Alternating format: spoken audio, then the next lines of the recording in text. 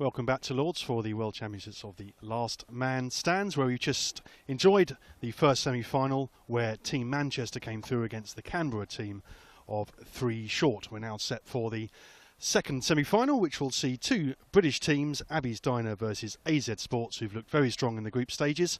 And we're going to go across to Rob Johnson, who has the captains with him. Okay, we're all set for the toss for the second semi-final. We have, representing Azed Diner, their captain, Abdul Ghaffar, and Azed Sports, who are from Woking, we've got Solomon Carter. Okay, Poon, you're going to give it a spin. Abdul's going to call. He's called ahead. And it's a tail. Okay, Solomon, what are you going to do? We like to bat first.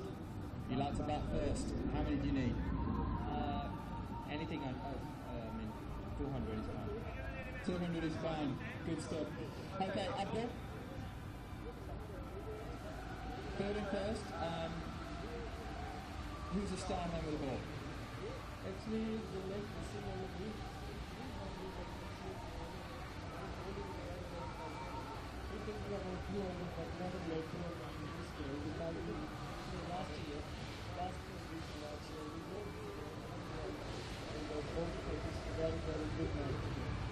Okay, you're the defending UK champions. You've got some good bowlers. Good luck. Good luck to both sides. We're going to start in 2 minutes.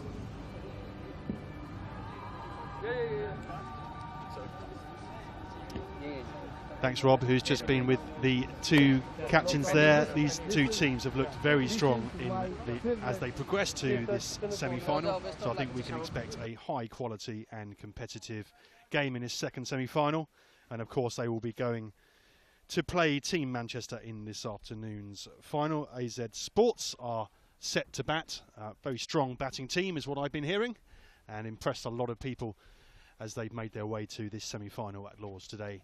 Still bathed in sunshine, and we had a very enjoyable first game, which Team Manchester came through with some excellent batting performances, including quite a few that cleared the pavilion here in the Nursery Ground at Lords.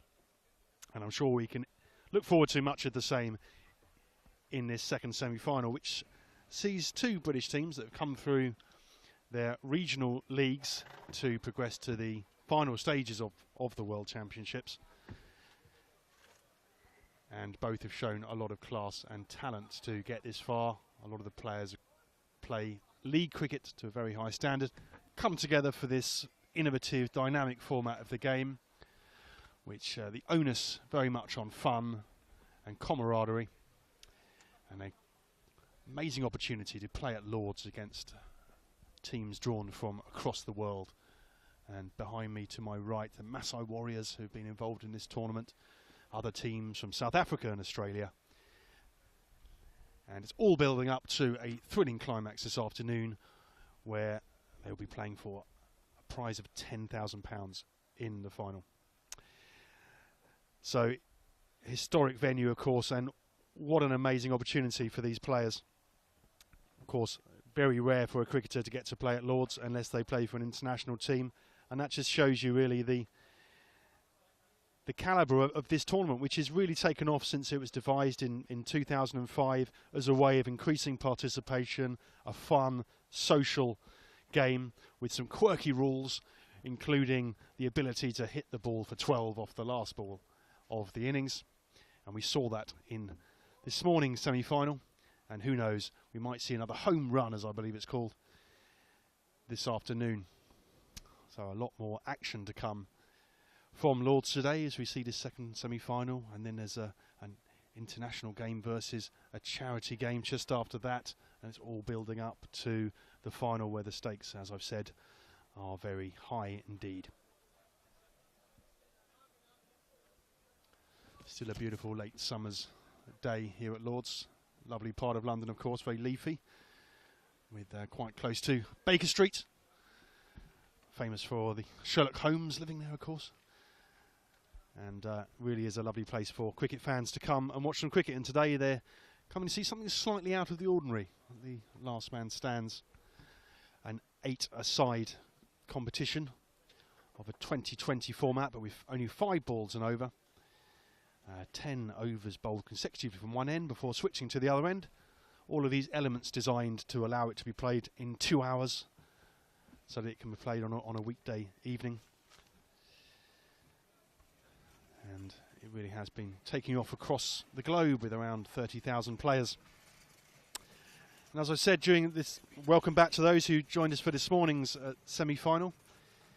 And a lot of activity on Twitter, which is good to see. And you can, at Last Man Stands, it'd be great to hear from you if you play, or if you're taking an interest or supporting one of these teams that are playing today, or have any thoughts on the format, or any tales about some exciting games that you've been involved with, then please do get in touch. It would be great to hear from you. We're just following the toss, just waiting for both teams to prepare. Azed Sports, the team from Woking in Surrey, who have some very strong players and a few players that have played at quite a high level. So they'll be an exciting team to watch against Abbey's Diner, who have also looked in sparkling form as they progress through these final stages of the World Championships to get to this second semi-final.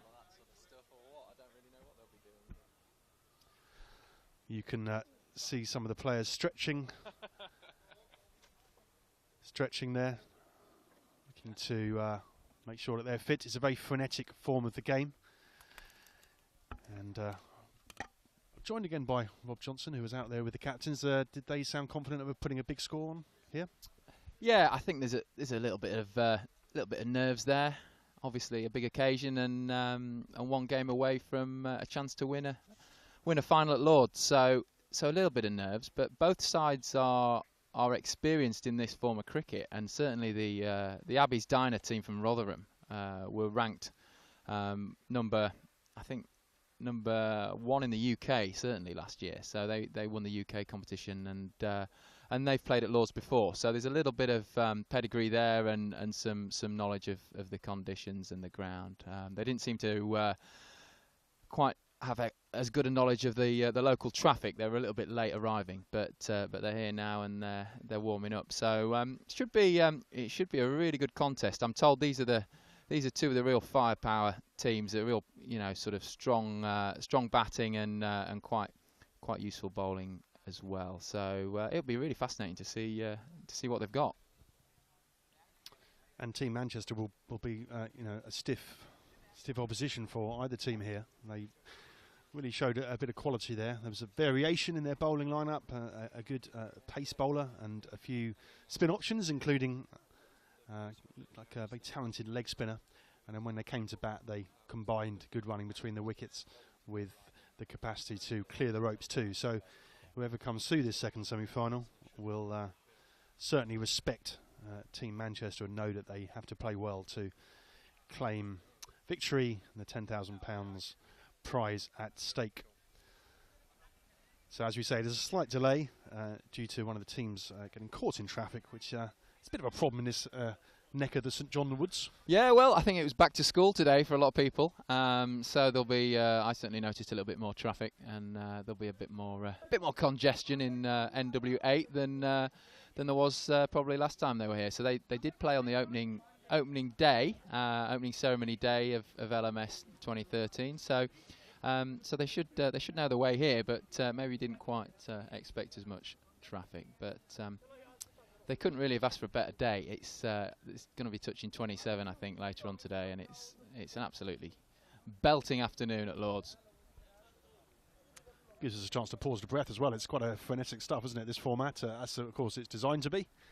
Get lots of fixtures in, get lots of teams involved, and get as many people as possible playing this new format and showcasing it to others out there who may want to take it up.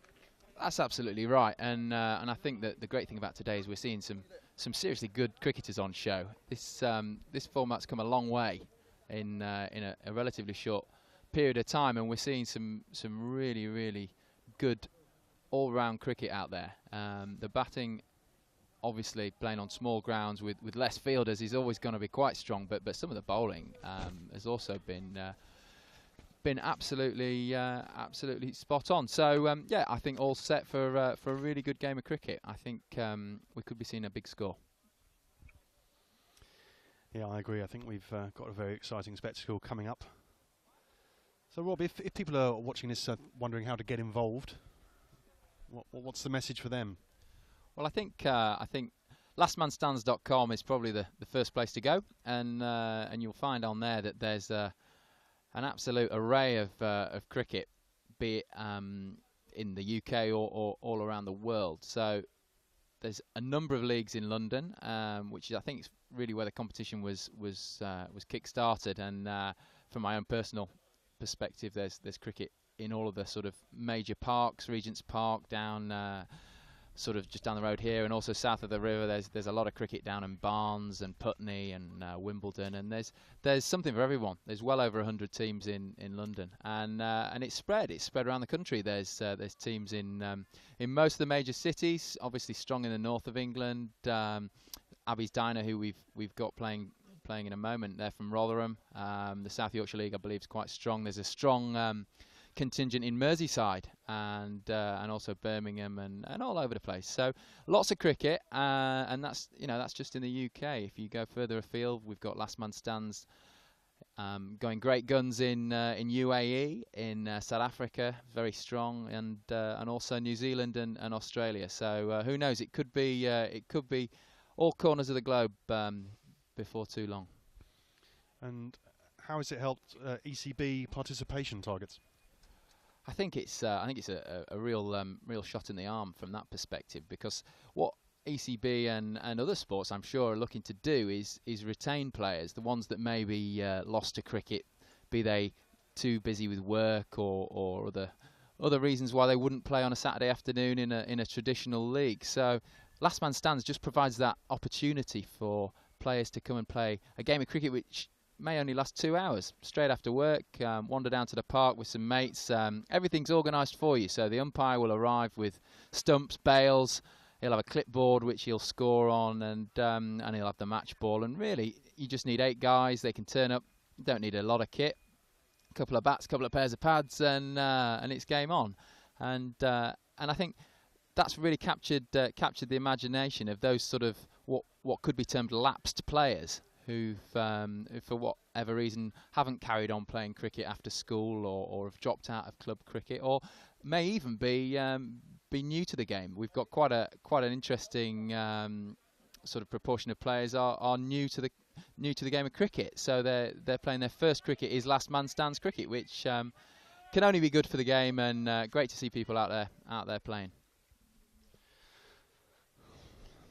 It's certainly an exciting format and a growing one as we prepare for the first delivery of this second semi-final. Azed Sports batting. That's wide down the leg side and given such.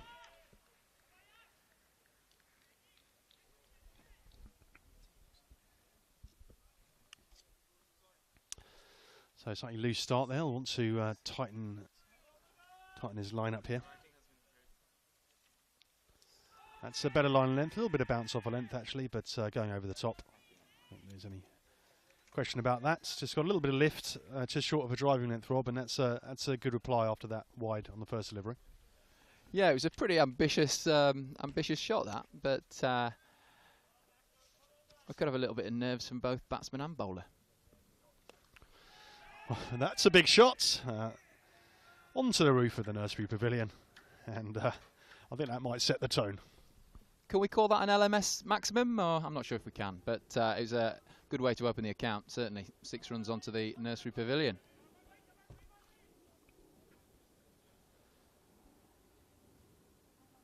This is Azed bowling, and that's gone for 6 as well. In fact, that's a better shot than the last one.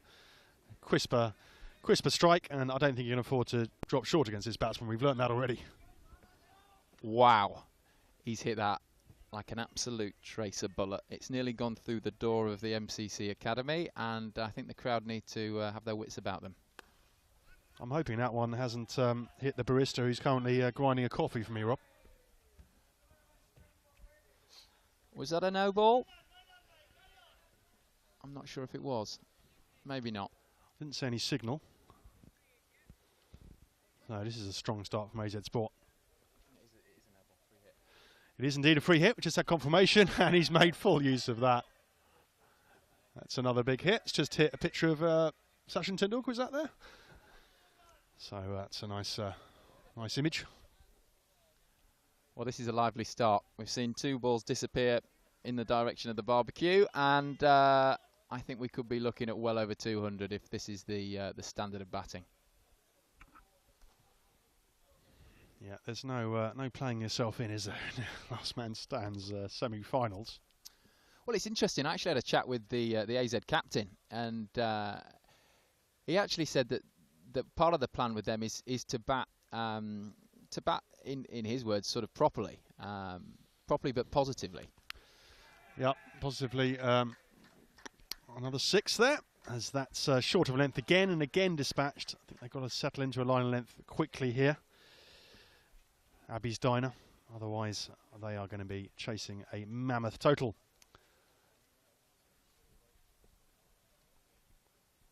It's a better length, that's cut very powerfully for 4. So this is rattling along, we're already into the 30s, just a couple of balls into the second over, the score is already 33. Yeah, it's carnage out there. They're really going for it. These first 2 overs, 33 already on the board, and no answer so far from Abby's Diner. Oh, that's a crunching square drive, but that is stopped on the boundary. And a brief bit of respite.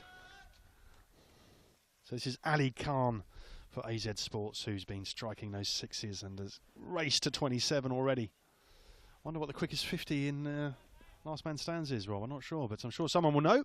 And if you do know, you can tweet us. I'm sure it's on the website somewhere. I think it's certainly sub 20 balls. I've seen a few guys down on Regent's Park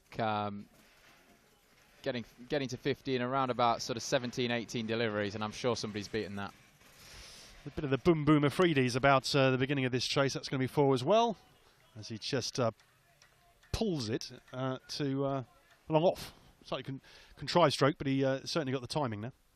Tell you what, it'd be great to see Boom Boom Afridi have a crack at last man stands. I wonder if there is potential for an international version. Get the big names out there. I think you could get a lot of entertainment from the likes of Chris Gale and Boom Boom. Yeah, he's a legend in Pakistan, isn't he? And it's amazing. I was based in Dubai for a while, and Pakistan were playing their home games there due to the problems domestically. And wow, I mean, you know, we think Anderson or Flintoff are heroes. It's nothing on Afridi in Pakistan. Yeah, he's the main man, and he hits it a long way. But these boys aren't far off. Certainly, if the first couple of overs are anything to go from, 45 on the board already, 2 overs gone, and it looks like a change of bowling. It's Grobbelaar. It's a familiar name to Liverpool football fans, including our director.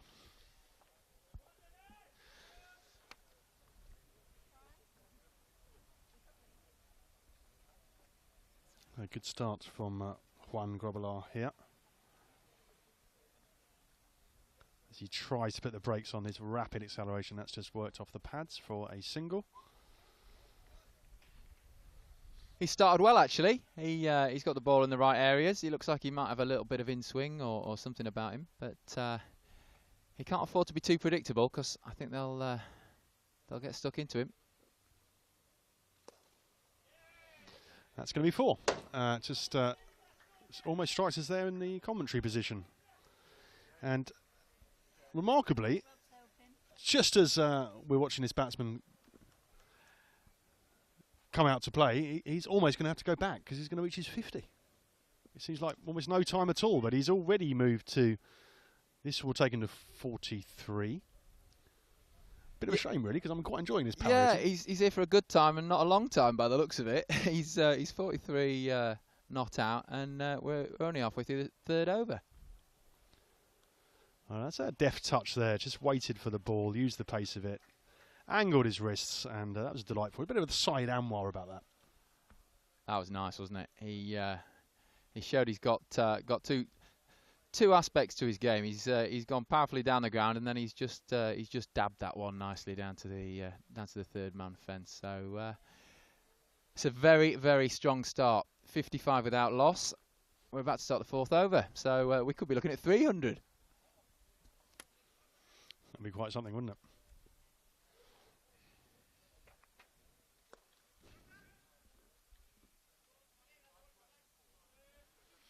This is Azim. Another medium pacer. He's just pulled up there in his delivery stride. The batsman not quite ready. The score is raced on past 50. 56 for none. That's down the leg side. That's given us a wide. Just a little bit of shape on it, but just took it down the leg side.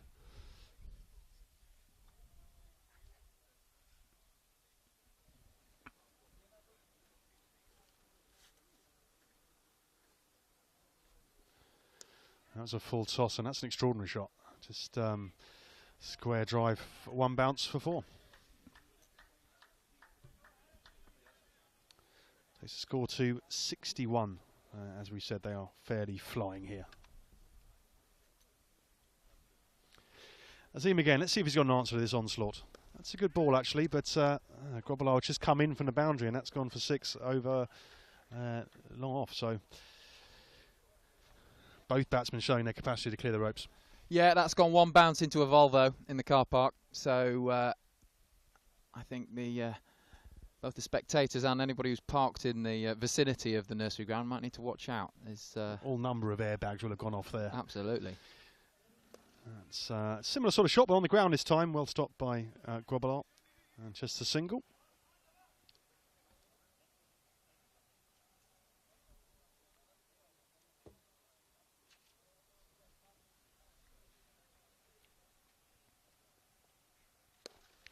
That's a beautiful shot, but will be stopped actually.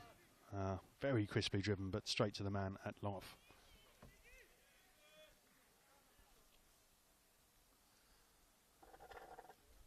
So that's 4 overs gone, 69 on the board, and I think this is looking pretty ominous. Abbey's Diner have gone all around the park so far, and they don't seem to have an answer to it. So strong start from AZ. They're a Woking-based LMS team, and they've obviously had a very strong campaign thus far, and they don't look like stopping. Best pizzeria I've ever been to is in Woking, Rob. The Sinuasa. Lovely, lovely place, if it's still there. Other pizzerias are available.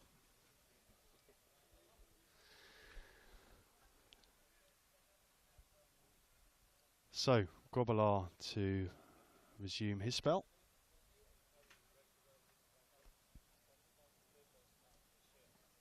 And we'll see if he can keep this AZ support. That's down the ground. That could be out if he judges this correctly. That's a lovely catch. He took it about just above knee high. Well, they needed that, didn't they? They needed a breakthrough, and safe pair of hands at long off. That was absolutely what they needed to break this partnership. They'd already got 69 on the board, 4 overs gone. And we'll see a replay of that catch down at long off.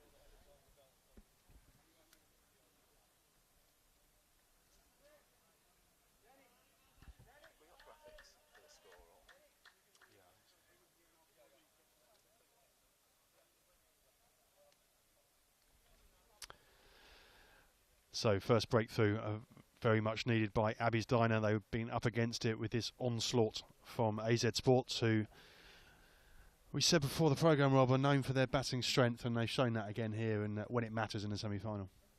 Well, formidable opening pair. Let's see what number 3's got to offer. It's going to be Grobbelaar to continue. You'd expect Grobbelaar to be a safe pair of hands.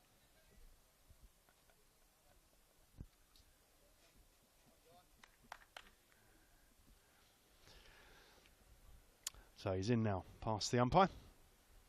That's a good ball, actually, good line length there, but just manages to squeeze it out cleverly, actually. Think about a 2, but settled for 1. Just angled the face and got it down to sort of third man region.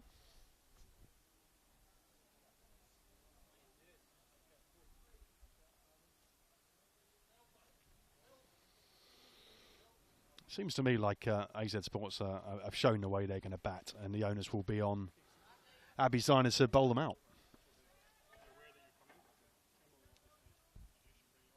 Yeah, I think it's easy to forget how important the bowlers are in this form of the game, because if you've got a strong batting unit, as we saw in the first semi-final, it may only be the top 5 that get in. Oh, that's almost had a tickle on that down the leg side. Not sure if it was off the pad or a little feather, but either way, the wicketkeeper didn't collect it cleanly, and they took 2. Ultimately, you need your 5 bowlers to bowl tight and to take some wickets, because otherwise you're going to be chasing a lot of leather. So important to have good bowlers. If not more important, probably than a team full of batting.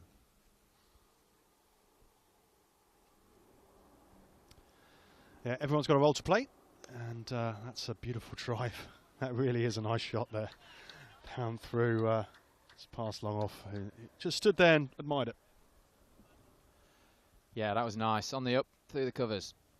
And it's obviously a beautiful day for batting here at Lord's, and it looks like the wicket's flattening out nicely. Well, Rob, thanks very much for joining us for the beginning of this innings.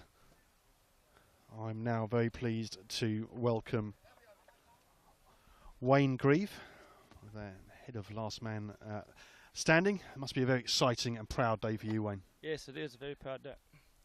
Yeah, we're very proud to be at Lord's today. We've got a semi-final of 2 strong sides. Steve Maddock from South Yorkshire will be watching closely as Abby Diners look to recover from a fairly poor start. That has gone a long way up, and we'll see his opportunity here. Yeah, safe pair of hands that, and goes for the run out too. That would deny the double play there, Wayne. Yeah, they got back just in time, eh? So, broken the very fast start, but the momentum's been pegged back a bit by those 2 wickets, Wayne, and it's going to be an interesting... We're going to go to a replay for that. Let's have a look at the replay.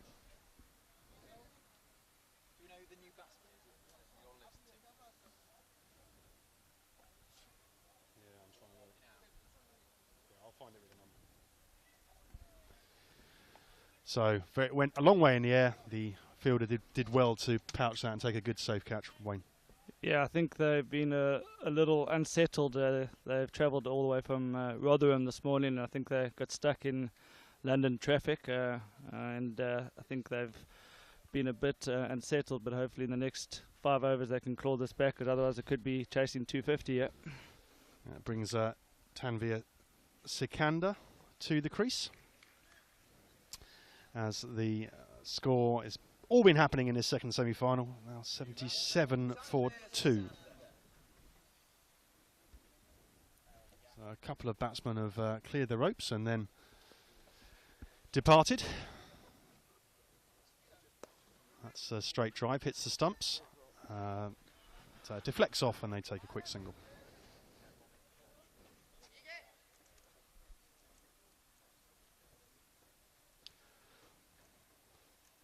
So Wayne, we've been talking a little bit about the global reach of the format now. Can you say a little bit more about sort of future plans of expanding that global empire? Yeah, well, to be honest, we haven't been too scientific or in terms of where we want to go next. A lot of the time we just get various people from all over the world expressing interest. We're still a relatively small team, and we pride ourselves on running the leagues well. So we need to have a bigger sort of resource before we expand to places like India and America. But eventually, yeah, we'd like to get to places like America. We've got people interested in Thailand. Yeah, it's exciting times for the format. This has been some good balls here by Usman Azim, who's just gone past the edge of the bat several times in this over. And I think after really being up against it in the first couple of overs, they've shown a bit of character here, and they've come back into the contest a little in his last couple of overs with those wickets. Yeah, definitely. They're an experienced side. They actually won the England Champions League last year.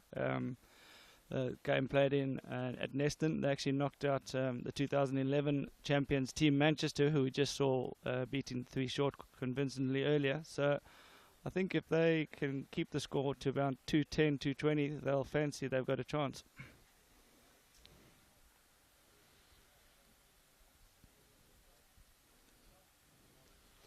This is Nawaz Sandar, who has begun with a wide down the offside. So Wayne, if there are people watching out here who are keen in sort of starting up a league, what's the process they go through? There's various different ways. In England, Australia, South Africa, New Zealand, we've got structures in place already, so it'll be a case of contacting the local office and just assessing whether there's any leagues in place in that area that they want to start up. Oh, it's got a little feather on that. It just went for guide it down to third man. Just got the slightest feather and well taken by the keeper. And another wicket falls on the score on 80. And we'll go for a replay of that last wicket. What do you normally do when you ask the question, the bowler's running in, do you normally just delay before speaking again? Yeah, just pause. Okay.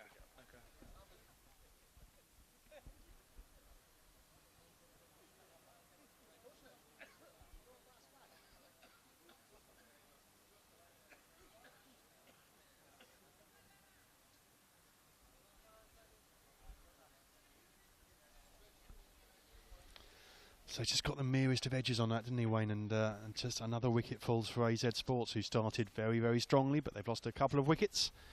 And the Abbey's Diner just coming back into this and sensing an opportunity. Definitely, I think you don't really want to be more than 4 down by the 10th over. If you do, you put in pressure on the middle to low order. So I think it's the same as any format of the game. If you take wickets, it's going to peg back the run rate. Huh? So Sandar continuing here.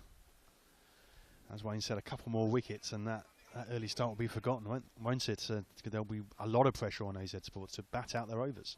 It's driven square on the offside for a single. Yeah, there's we've been playing all the round robin and earlier knockout games at Dulwich, which are slightly bigger boundaries and maybe tougher batting tracks. So things like running the twos have been very important. It's driven square in a similar area, and the same result, just a single. But yeah, here at Lord's, smaller boundaries, so there won't be many twos coming into play. So it's more about, as a bowling unit, trying to make sure you get as many dot balls as possible, because there are going to be quite a few sixes coming to that. Just rolled her fingers over that, but misdirected and a wide down the leg side. So when did you come up with this idea then, Wayne? What was it? Over a bit of a drink with a friend, or how did it come about? In 2004, we organised the 2020 cricket day with a few mates, really, just to have a game. Quite a few of us had stopped playing club cricket due to working commitments, and we saw the rise in the popularity of 2020 cricket, and we decided that we wanted to play the format. But when we got a lot of our mates to come and play, we found that a lot of the guys weren't getting a game in that 2-hour period. So a few key batsmen were batting the whole innings, and you've only got 5 of your 11 players bowled. So we realised we had to reduce the number of players to ensure that everyone got a game in those 2 hours. And it really was just meant to be a league to start with a few of our mates, but it turned out to be very popular, and we had interest in other parts of London, and it just went from there, really. Sajwa now is a tall, muscly bowler, but he's gone for 4 in the first delivery there, as that's played down to third man for a boundary.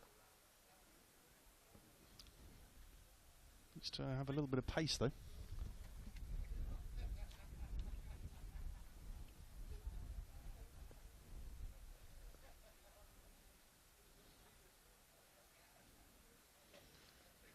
That's a better directed ball, and he's unlucky there. The batsman actually just picked out the man on the boundary backward of square. Yeah, I think the key here when you're bowling, you've got to look at where the one side has got a lot bigger boundaries to the other. So when you're bowling from this end, I think you've got to try and get the batsman hitting through the offsides. You want to bowl fuller deliveries outside off stump. Yeah, that's a good point. That's a good ball. Just leant on that and drove it for a single. Oh, that's sloppy. There's going to be overthrows here. Possibly 2. Yes, they come back for 2. This could be close. He's home. Slightly sloppy throw that way. Yeah, I think it's a good example of how running in between the wickets is very important. They ran the first one hard and they forced the fielder to get the ball in, and once you do that, it lends opportunity to mistakes happening. Huh? Pressure does strange things to players. Yeah, definitely. I think Azed Sports though will be backing themselves with anything over 200. Yeah, they've got a really good bowling lineup.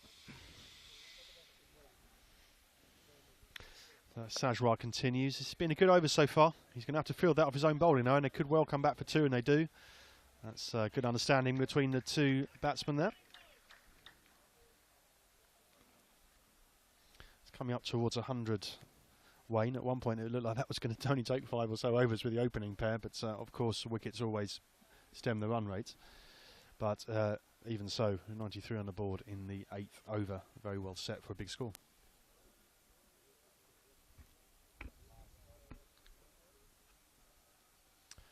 So it's been a good over from Sajra.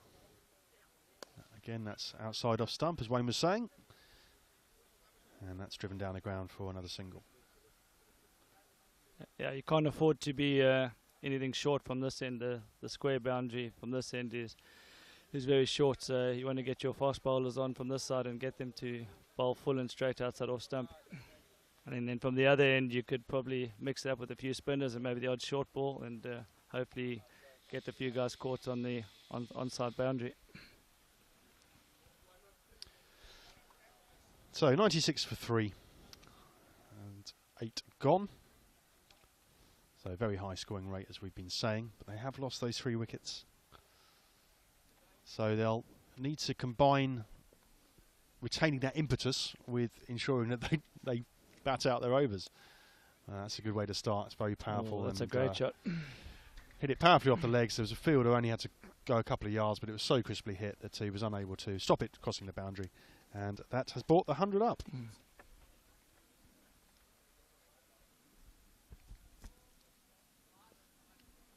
I've got myself a last man standing cap, Wayne. Looks very good. Thank you very much. I've got a bit of a big head, so I'll have to adjust it.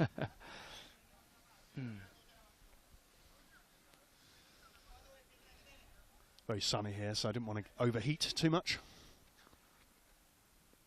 So 100 up. Slower ball there, just driven down the ground again. We've seen that shot quite a few times in the last 10 minutes.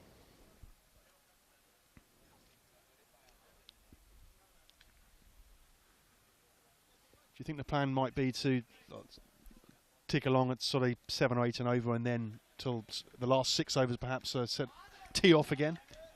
Yeah, I definitely think because they've lost more than sort of 3 wickets, or they've lost 3 wickets before 10 overs are up, they can't afford to keep going. Yes, I think for the next sort of 5, 6 and over, maybe 5, 6 overs, go at 7 and over, and then for the last 5 or 6, try and go at 11s or 12s. That's gone for 4. Sandar disappointed with that last ball of the over as well. That happens so often, doesn't it, Wayne? Yeah, he was building the pressure nicely. I think that's just let it slip again. I think they're on for 200 here. I think might be worth getting a spin on and try and take off the pace of the ball a bit. Yeah. It's taken Suleiman Kadir up to 23. It's been a good little innings from him so far. And he's batting with Tanvir Sikandar for Azed Sports, the Woking-based team, looking to get through this semi-final to meet Team Manchester in the final.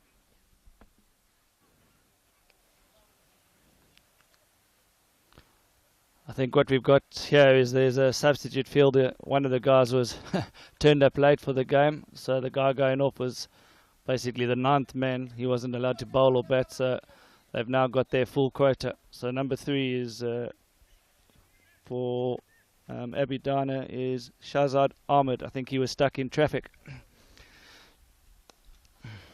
It's a good length ball. just played out into the covers for a single. They've certainly reduced the amount of boundaries being scored in the last couple of overs, Wayne, and that was important because the ball was going to all parts in the first 5 overs. But it's been a good comeback. That's tickled fine. That's going to go for 4, though. That's a nice shot. Just drifting onto the leg stump and has been tickled fine for 4.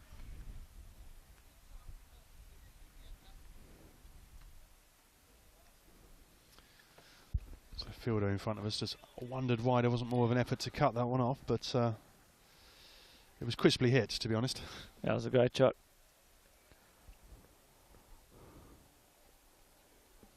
So Azim continues. It's been a good spell. That's nicely played down the ground, but it's only going to be a single.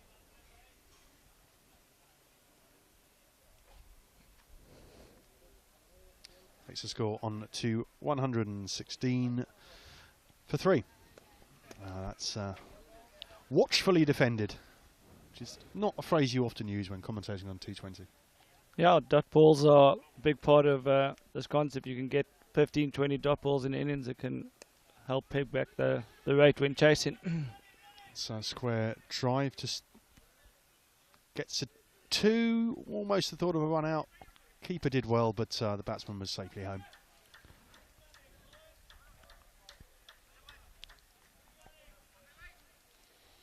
Lots of chat in the field, lots of encouragement. You'd expect that. There's a lot at stake, of course. The semi-finals, they played, I think it's 14 or 15 games to get to this stage, Wayne, and they don't want to fall at this hurdle, do they? They want to be part of that final this afternoon. Yeah, that's right. Abby Dino have qualified via the South Yorkshire region, and as I said earlier, they're the reigning England champions. They will want to prove why they're number 1. Azed Sports played against them last year in the quarter-final of the England Champions League, and it actually went down to the last ball. So I think Azed Sports will be wanting to get some revenge for that game. I see Abby's Diner are 9th in the world rankings.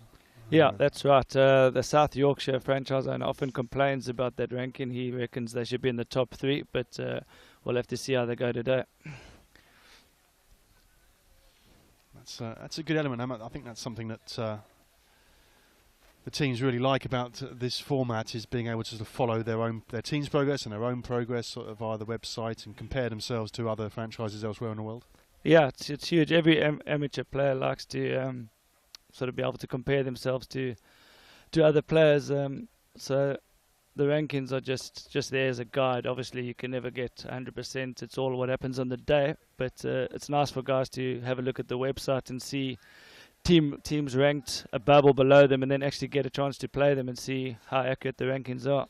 So halfway stage here, and we switch to the other end. And off 10 overs, though, Azed Sport were at 118 for 3. So very well set as they go into the second half of this innings.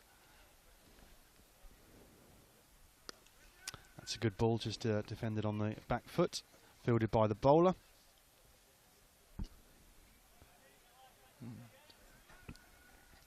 So Tahin Nawaz, who's started well, looks to have a little bit of pace as well. That's nicely played off the back foot, just driven through backward point for 4. Yeah, Tahi Nawaz is a key player for Abidana. He's a really talented all-rounder. I think Abidana will be looking to him to get a quick fire 50 later on when they come into bat. Sikander on strike, that could well be, must have been close, but wasn't given a wide.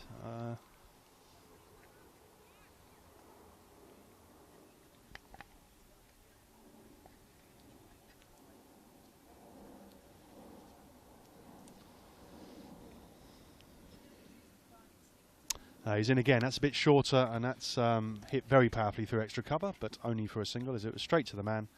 Good work from the keeper. I think if you hit it that hard, if it doesn't go straight to a fielder, it's 4, isn't it? Yeah, that's right. I think it could be worth looking. If he's going to bowl that line on that side, it could be worth looking at taking a power play here.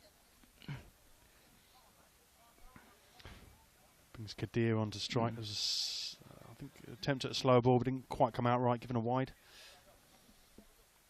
Yeah, so as I was saying, that the the power play basically allows you to have a 4-2 field set in for 3 overs during the game. They have to be 3 consecutive overs. So once it's taken, you don't have to have a 4-2 field, but you're allowed to at any ball. Again, that's just back of a length. The batsman very disappointed with himself there, slamming his bat into his pads. Obviously looking to score off every delivery and wasn't able to on that last one.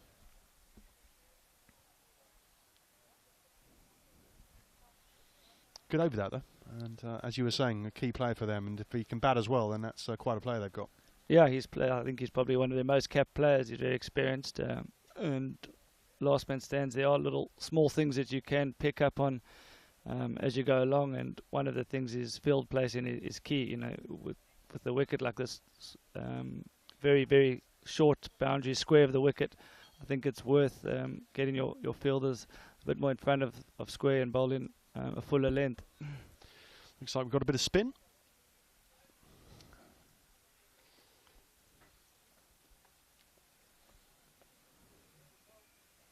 To bowl now, it's just hit that's a top edge over the keeper. Didn't have enough pace on it to go to the boundaries, just goes for 1. I think he tried to paddle that a bit squarer and just got the top edge. Yeah, it's not quite a dull shot on that one.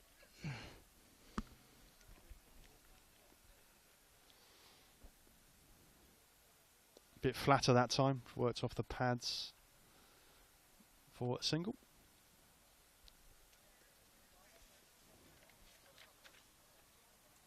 To Kadir. Little partnership building between these two now.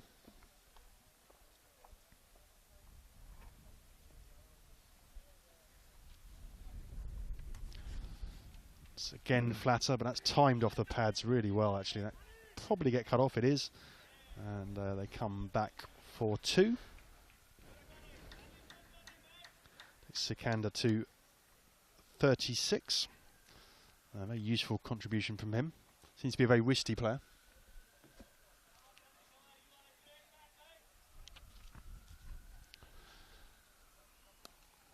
Just leant back, played that square on the offside for a single. Yeah, Shahzad Ahmed bowling a really good line here. I think he's got his areas where he wants to bowl. He's got his fielders in the right place. Yeah, he goes down to paddle sweep that, but Abu Dhabi shout not given, and they go through for a run. Takes the score on to 130.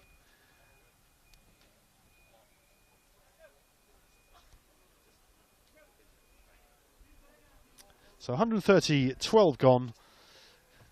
Very good platform here for a big total for Azed Sports. They've managed to retain their wickets after that little flurry a few overs ago, and are now set for another charge in the last 8 overs of this innings.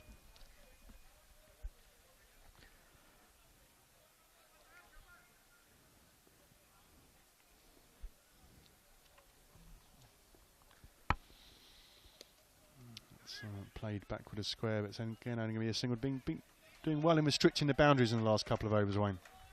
Yeah, no, they definitely have. I think you can chase 10 and over on this wicket, so I think at one stage it was looking like they were on track for 300, so I think they'll be happy with this turnaround. Maybe say a little bit about the, well, just after this guy's got away with that, just played it on the offside, just fell short of the fielders on the boundary. Just talk a little bit about this fixture coming up after this one, Wayne. What's the what teams are we playing there, and what's the idea behind that? Yeah, the next game is we had a Cup of Nations tournament during the World Champs, which is just a little bit of fun.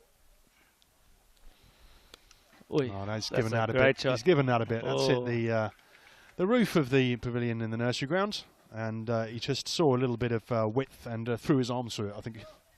Yeah, we've got about 20 spare balls here for that, so we're just reloading now. Yeah, so the charity game that's coming up, we had a Cup of Nations tournament during the week, and the winning team happened to be the Aussies. They won against Bangladesh in a great final yesterday, so they've qualified to play in the charity game, which is coming up after this one.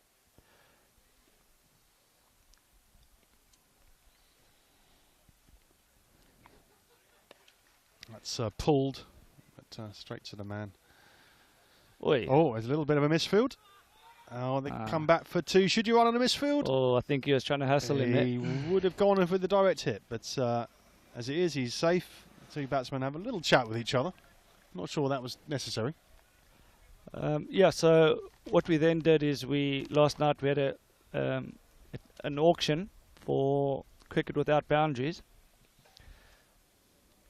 Oh, I heard the edge from here. That's gone. Yeah, it's got an edge on that one. It's well taken by the keeper. That's the second edge through to the keeper we've seen today. And batsman frustrated with himself for that. It's Kadir, I think, who's just fallen. Yeah, so Cricket Without Boundaries is a fantastic charity that goes into various countries in Africa and really promotes cricket and causes like HIV prevention. And we had an auction last night where we raised money via people bidding to play in the game against the Aussies. So we raffled spots for a Uganda shirt, a Kenya shirt, a Botswana shirt, and a Rwanda shirt.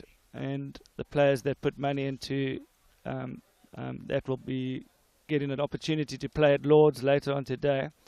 One of our guys, Rob Stevenson, actually bid £500 to play in that game. So we just hope that he doesn't get a first ball duck when he comes into bat. So new batsman Shahid Khan, and you saw the replay of that last wicket a moment ago as we were talking about the fixture coming up in which people have bid to take part in. And, that's very much the spirit of it though, isn't it?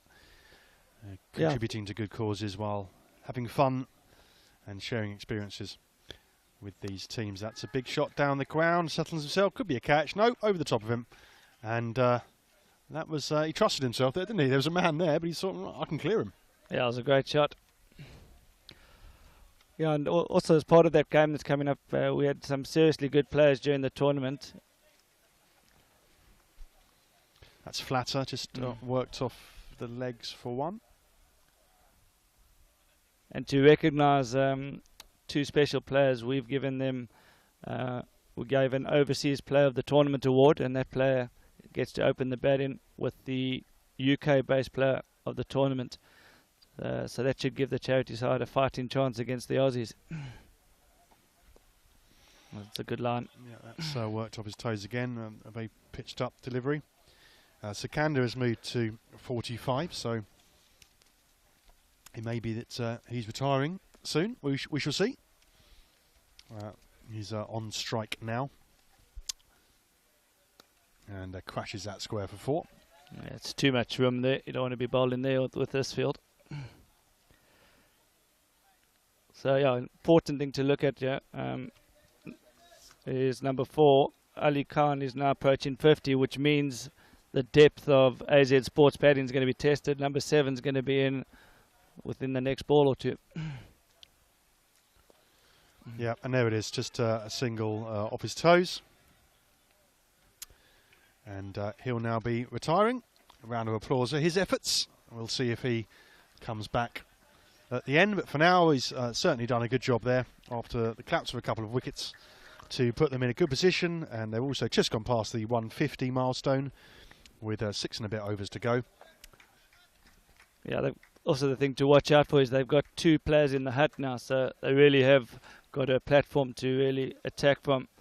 We don't know too much about their number 7. We haven't really seen them bat past 6 during this tournament, so we'll have to see how he goes here. It's maybe worth pushing the 1s and 2s and playing with freedom, because if he gets out, there's not a problem, is that the 2 guys that have retired can still come back into bat. So it's Ahmed Khwaja, the new batsman, who's on strike.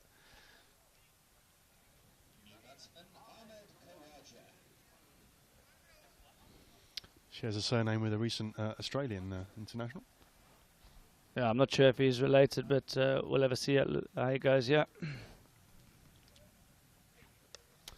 Well, he looks to be quite a wristy player, and he's driven that behind square and come back for 2.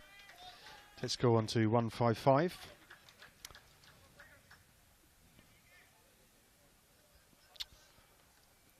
What would you say they look like they might reach here, Wayne, at the 155 on a board? I think they want to go at, they can easily go to 11 and over from here, so I think 220s on the card. Oh, he's thick edge on that as he looked to do a booming cover drive that brings up 4 in the book.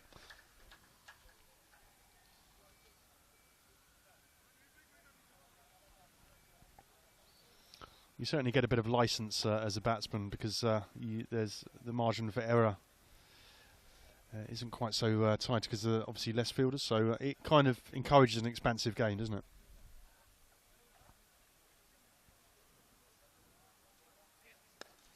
Yeah, definitely encourages an expansive game. I think the difference here is he's come in with only 5 overs to go, so whether he gets out or not now is not really that important, so he can play with freedom. But if he came in with sort of the 7th or 8th over, you'd probably have to play a little bit more conservatively.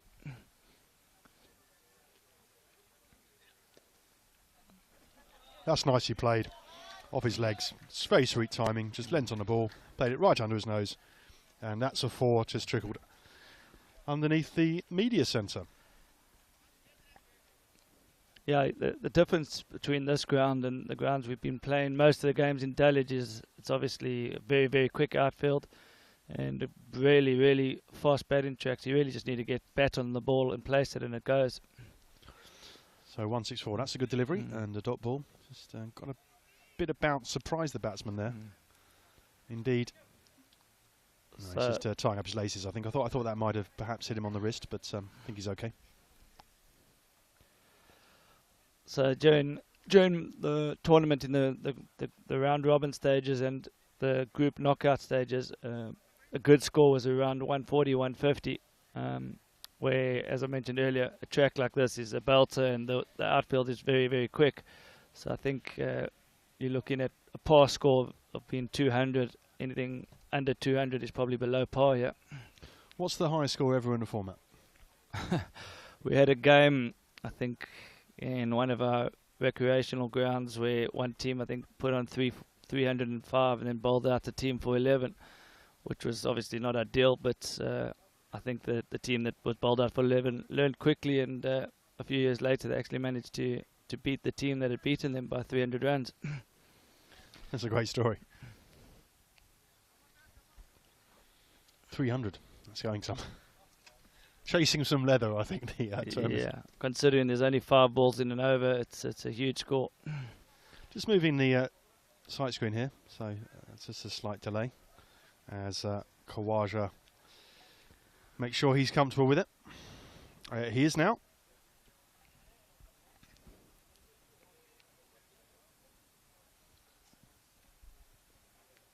That's a good ball in the channel and taken by the keeper. Round of applause from our right. I think maybe must be some supporters for Abby's Diner. Is there an Abby's Diner, and do they do a good fry up, I wonder? I hear it's magnificent. That's another good ball, and that's another dot ball. This is an excellent over so far by Nawaz, who, as we highlighted earlier, one of the key performers from Abby's Diner, and he's certainly standing up where it's counted in this semi-final. That's a bit quicker. That was almost out as just cannoned off his bat and into his almost around the ankle area and just dribbled out onto the onside. During the break, there's going to be quite a special moment. The team from Canberra who bid, I think one of the players paid £250 to play in the charity match earlier, wants to donate his shirt to one of the Alexandra Township boys. That's a wonderful gesture. And an example of the spirit in which this tournament is played. Yeah, well, what they said to us was that they had the opportunity to play earlier on in the first semi-final, and they know how much it would mean to one of the Alexandra Township guys to have a game, so he's going to be donating his spot. That's a crunching shot, but straight to the fielder. He really timed that beautifully, but just picked him out. Maybe 2 for either side, I think it would have gone past him.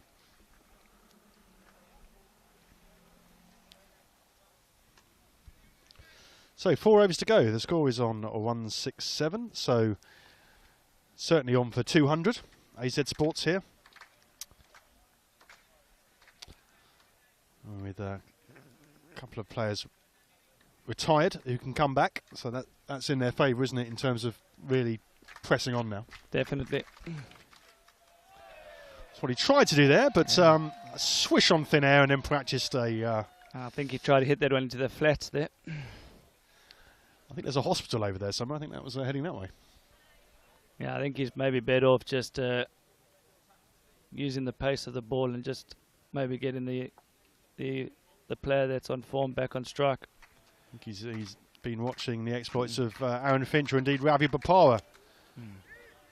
It's really atmosphere is building really nicely here now, Wayne. We've got some of the other teams around, supporters for both of these teams. Yeah, we've got a few teams that have been knocked out of the tournament that are coming down to watch later on, and I think heckle from the sidelines, so it should be a bit of fun later on for the final.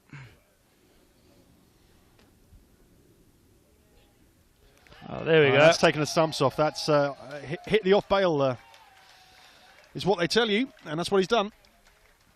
Yeah, it's interesting to know whether that wicket was a good thing or a bad thing for Abidana, because it means one of the retiring players is basically next into bat. We're going to have a look at a replay of that last wicket.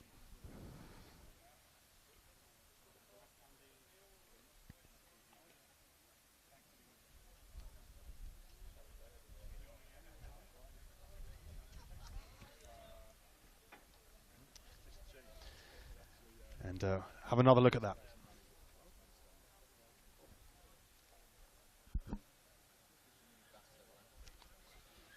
The new batsman for Azed Sports, we'll just have a look at his number here, is number 2 is Najav Shah.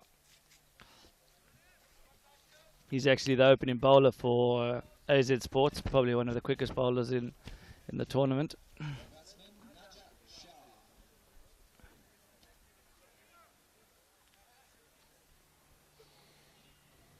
This is actually the first time he's batted in the whole tournament, so it'll be interesting to see what tactics he has here.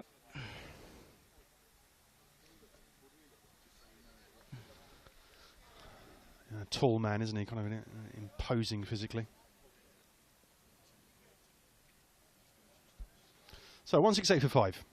Oh, that could be a caught and bowled. It is. Oh. Just got a leading edge and a bit more bounce than he thought. Just turned him around, leading edge, and good catch. And short but sweet. Yeah, he's definitely in the team for his bowling, it looks like. So 6 down. We're in an interesting position now. Yeah, they've got 2 guys in the hat. So one of the retiring batsmen is coming back in. Just to have a look at the replay.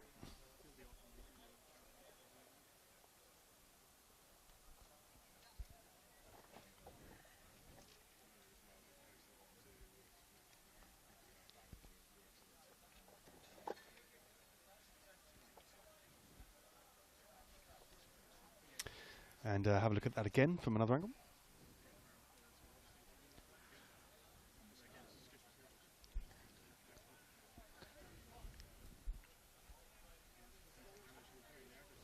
Yeah, good ball. That's a bit of pace, just surprised him with a bit of bounce, and ran through confidently and caught it in a follow through, which is not always an easy thing to do, particularly for a tall, fast bowler.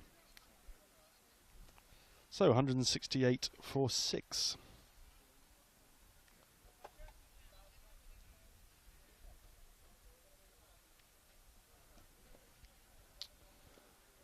Sikandar is back, resuming his innings, and hits that through the covers for a single. Brings Khawaja onto the strike. So it's 5 down now with 3 overs to go. Abidana will be looking to try and bowl them out here. If they can pick up 2 quick wickets in the next 2 overs, they could actually keep them under 200, which will be a great fight back from when they started. I think it was 45 after 3 overs.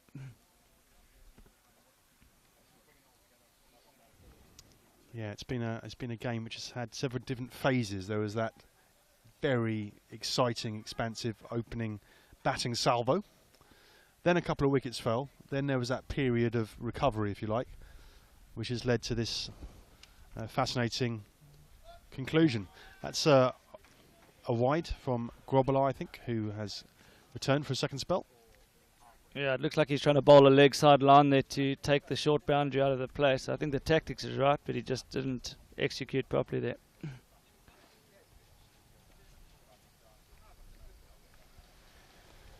That's definitely played by Sikandar, just runs it down for a single.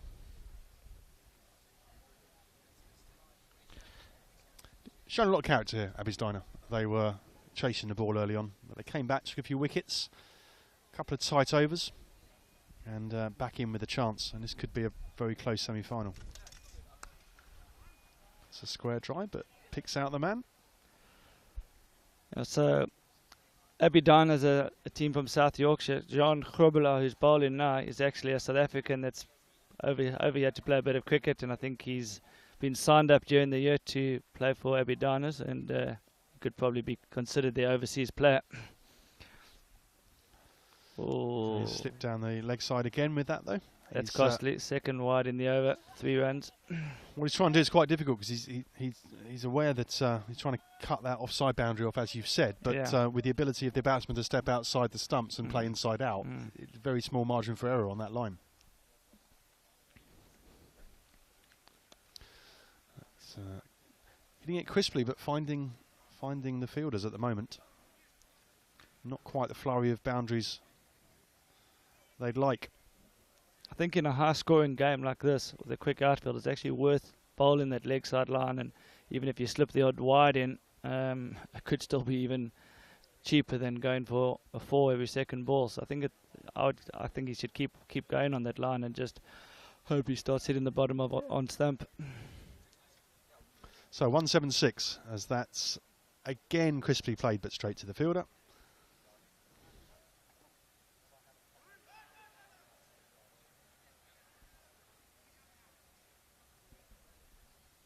Two overs to go, 177 for 6.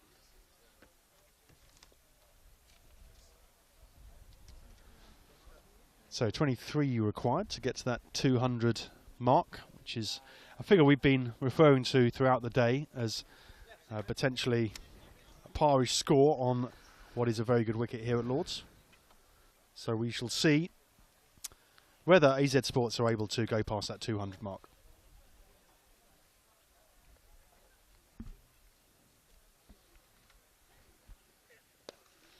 That's a good start. Was that a? That's I think that's 4. That's 4, but close to a 6. Just bounced just before the fence, far end, but very crisply hit. And it's a good start on that chase for 200, up to 181. I think a length ball is going to go in these circumstances. It's just walked across his stumps there, but wasn't able to get it fine of Grobbelaar down there. That single brings Sikandar back onto strike, who's come back after retiring earlier on for when he'd reached his 50 milestone.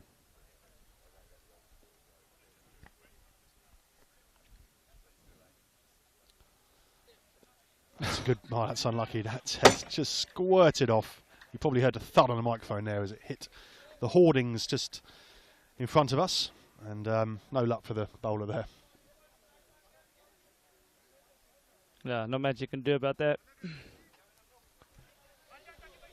was full and straight and almost disturbed the woodwork, but for a very fine edge that let it down before us here in the commentary position. 186 for 6.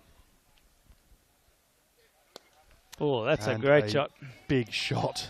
Oh, that's almost killed the groundsman there. Hits the groundsman's lorry, or well, it's not really a lorry, is it? It's more of a extended golf cart, but anyway, hit that, and confidence there. Sikandar obviously in good form, gone up into the 60s. This is the highest score we've seen today, and this is going to be an imposing total from AZ Sports. Worked off the legs fine. That's going to get cut off. But they come back for 2.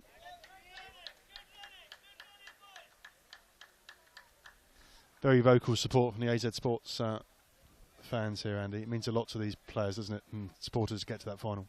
Yeah, they're a very passionate team. I think they'll be hoping that this last over can finish strong. Abby Diner won't be too unhappy with the score. They actually chased down 200 in the opening ceremony match against the Australian champion seconds. They chased that down in the last over. I think AZ Sports have got a better bowling lineup than what seconds have, so it's a different game, but they'll have some confidence from that chase a week or 2 back. So last over to be bowled by Grobelaar, the South African, who's spending a bit of time in Yorkshire to play some cricket. And he looks like that's going to go for 4 off the first ball. Indeed it does.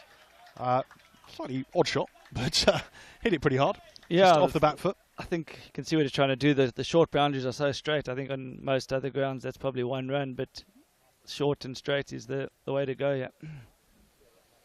So 198, just on the brink of that 200, and there it is, as that's powerfully struck. Brings them over 200, 202 now. And good little innings this by Kawaja, who's batting alongside Sikandar. Yeah, AZ showing some serious depth in their batting lineup, yeah. Oh, that's a good ball. Took the pace off it. Slower ball. Just nudged the bail off. No more than that. But sent him on his way.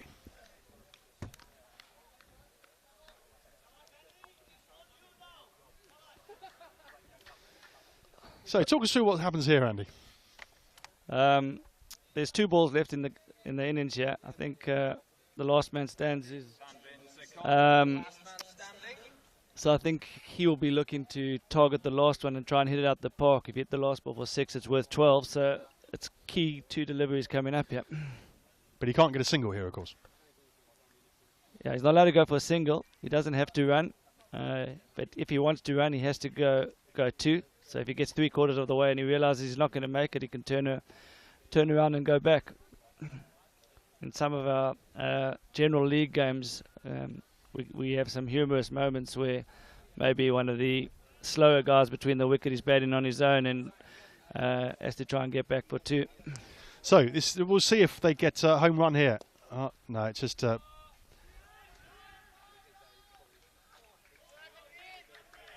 That's gone for 4 to close the innings on 206. So AZ Sport have made 206, and Abby's Diner will be chasing 207 to win this second semi-final and join Team Manchester in this afternoon's final. A very exciting game, set off at an explosive pace, with plenty of 6s and 4s, then a flurry of wickets in the middle, and then a consolidation before accelerating again to over 200.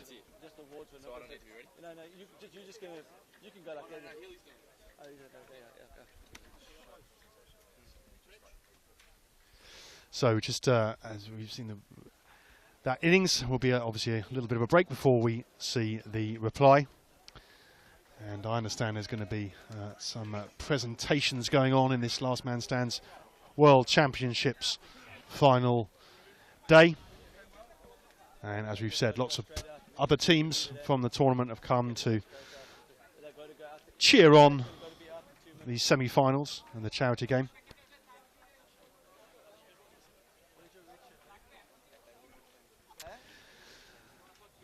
So the 200 has been breached for the first time today, which is good to see. We saw evidence of the last man standing, and it'll be 207 that Abby's Diner require to join Team Manchester in the final. We'll see that shortly as the sun comes out in Lords again. It's been great to be joined by Wayne here for this innings and speak about the Last Man Stands concept and how it's spreading across the globe. Yeah, this is a special moment here with the Alexandra Township Chiefs who have come over from South Africa to play in this tournament. We've watched them progress. We've watched them progress and improve all their skills, and it's great to see them here at Lords today. And one of the guys from Canberra actually wants to donate his shirt for the charity match to one of their players. Yeah, that's great to see. And we'll hand back over to Rob, who is there for an award ceremony.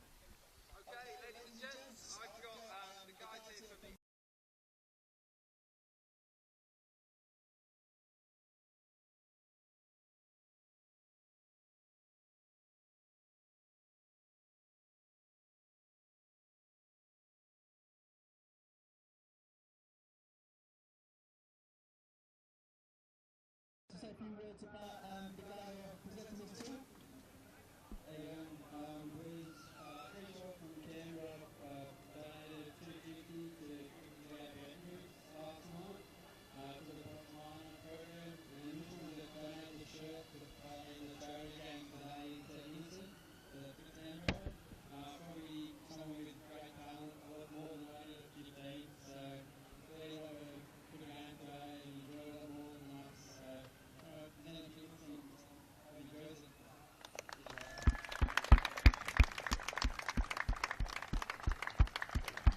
Listen, well done. Have you enjoyed your time in England? Yes, I enjoy. What's been the highlight of your week here? Huh? What's been the best bit? Thank you.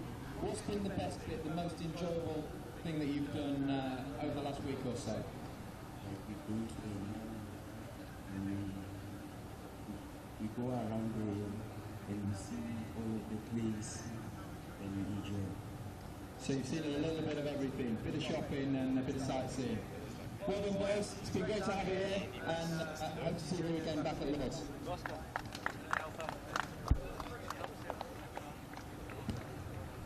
Well, that was a lovely moment, and what a great gesture that was from the Canberra team to enable that 15-year-old from South Africa to take part in this game. Yeah, the three short team, I can't speak more highly of them. They've come over here on the opening day. They came and sat, watched every single game. They made sure the bar staff at the MCC were busy all day. They cheered every shot. They heckled a few, but they've really summed up what Last Man Stands is about. They played in the right spirit. They played to win, but at the same time they realised Last Man Stands is still a game which is meant to be played socially, and they've embraced all the teams in the competition, and it's great to see them giving an opportunity to young Innocent, who is only 15, and in one of their games he actually got them through the quarter-final to get them into the semi-final of the purple group with a brilliant partnership with Tepo. Both of them were 15, and they put on 65 runs for the fifth wicket to see them into the semi-final. So it's great to see Tepo involved later on, and I'm sure we'll see a few of his trademark shots through extra cover later on. Well, I'm sure they'll go back to South Africa with some stories from their time in England and playing at Lords, and I'm sure other people will want to emulate their success.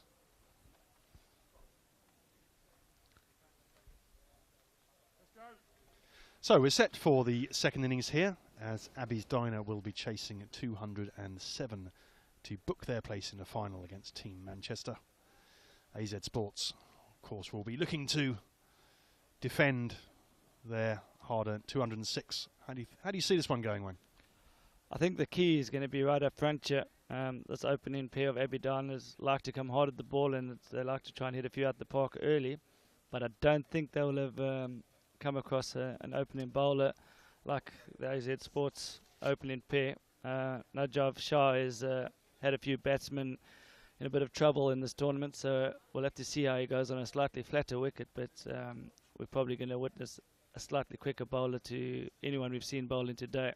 Coming from 6'6", I don't think I would be like there. I don't think I'd be too keen to get out there having a go at him now. Yeah, I'm looking forward to this. It's always fun to see a big, strapping, fast bowler take on a batsman with looking to get runs on the board. It's always exciting spectacle.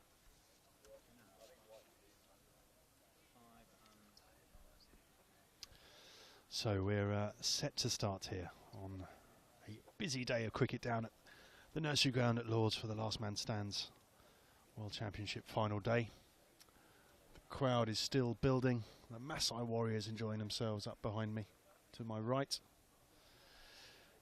And other teams that have participated in these championships have come to watch the final stages, and just demonstrating the camaraderie of this tournament. So all set for the first delivery. That's going to be Azed Shah, who's a towering figure and comes with a reputation. We'll see how the batsmen counteract that. Yeah, game against Ron Slider, he injured their 2 opening bowlers, batsmen. He starts off down the leg side though, and that's given. Has to tighten his line up.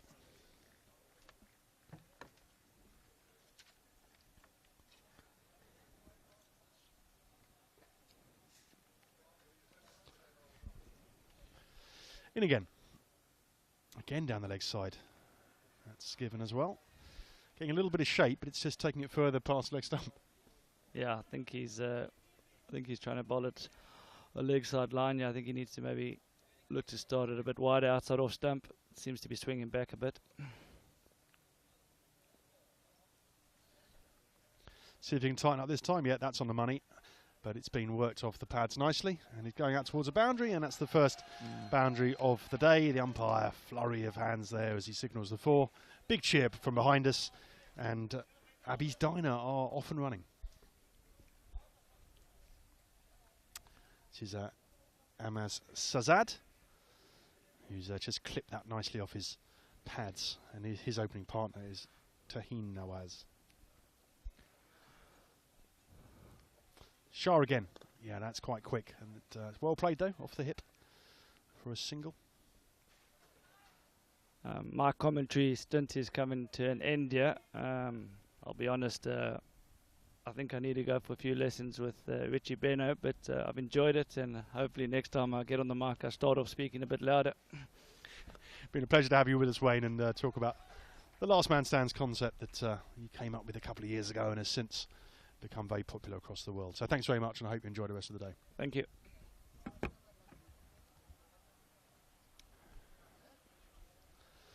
So Sharon again, the big strapping fast bowler. He's just improving his line a bit there, and that's been played off the back foot and very well run for 2. Had to hurry, but he's home, and that's well played by Azed, who looks to be a well organised player.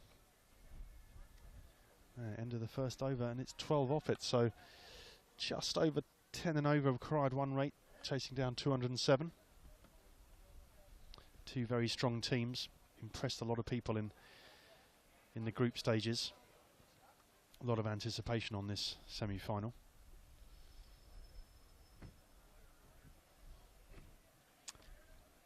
The new bowler, Shahid Khan.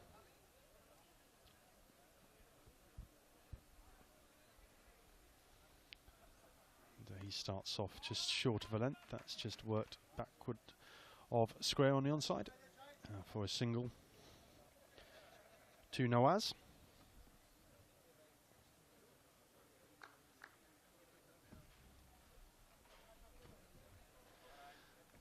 And as the sun breaks through yet again, bowls, that's a good line and length. That's just pushed into the covers. Think about 2. That's well fielded by Imran Kadir, who restricts the second run.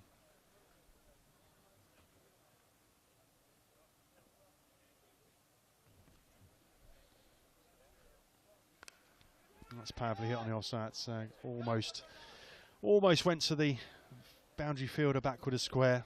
Possibly could have come in to take the catch, but it would have been risky, and it may have resulted in a boundary.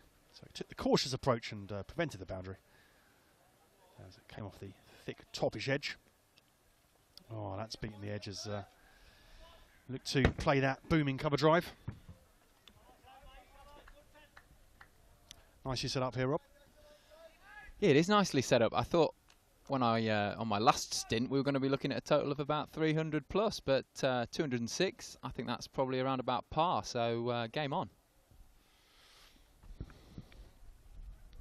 That's a nice couple of deliveries here. Just beating the edge twice in the last couple of deliveries. Just showing that there's a bit of threat there with the ball from Azed Sports, who do look to be a very competitive team indeed. But as you said, Abby's Diner came back well after being taken apart in the first 5 overs. But they came back well, took a couple of wickets, and at one point it looked like they might restrict them to less than 200.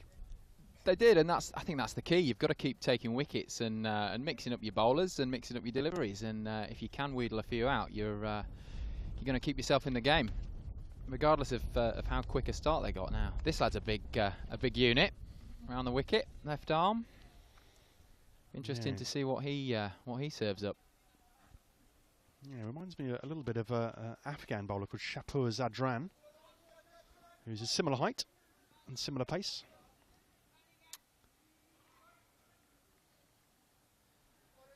Yep, he's a tall guy. There's a bit of bounce potentially, albeit this is a pretty placid nursery ground surface, so not a great deal of help for the bowlers, I shouldn't have thought. They'll be looking for him to make a breakthrough though with his pace, and that's caused a false shot there. And this is close to a run out. It's well backed up in the end actually by Kadir. That looked dead if he'd hit. I think that was probably not even in the frame. He didn't get the dive out, but direct hits often out, and that looked like he would have been long gone.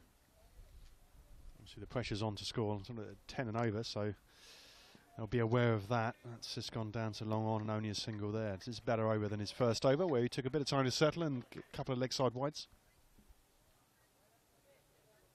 Yeah, not easy with the new ball. A few nerves around. That's nicely bowled. He likes to walk into those drives, this batsman, doesn't he? But he's missed a couple on the walk there. A little bit sort of Ponting-esque, kind of looking to drive on the walk. Yeah, he has, and quite a lot of support building up behind us here in front of the MCC Academy building. That's nicely driven. That's a beautiful shot. Just played that through the covers before. Well timed, and Shah not looking impressed with his hands on his hips. I don't like to be driven through the covers to fast bowlers. No, but how good a shot was that?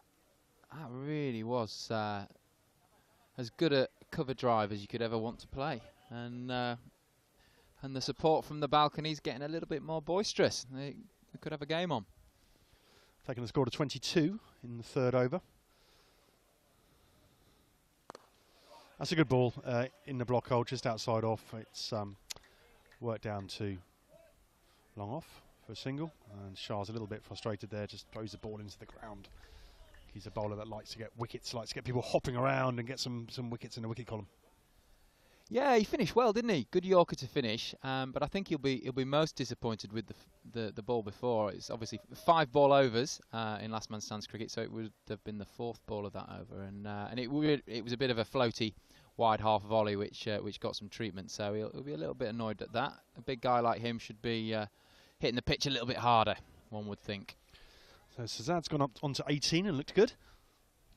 And he's on strike now and has hit that very hard. Came down the wicket. Sort of Nick Knight sort of shot he used to play. Just kind of a swivel pull in front of square. And 4 runs. Takes the score to 30.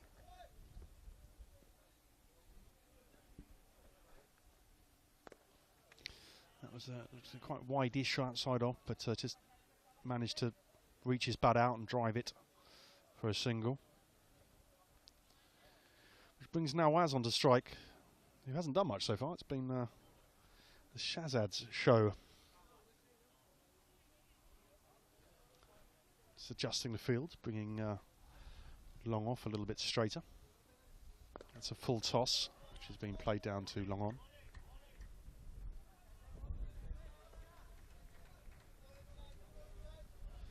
Sort of feel the tension here, can't you, with the both sets of fans behind us. You can hear them encouraging their players, sort of nervous about getting to this final.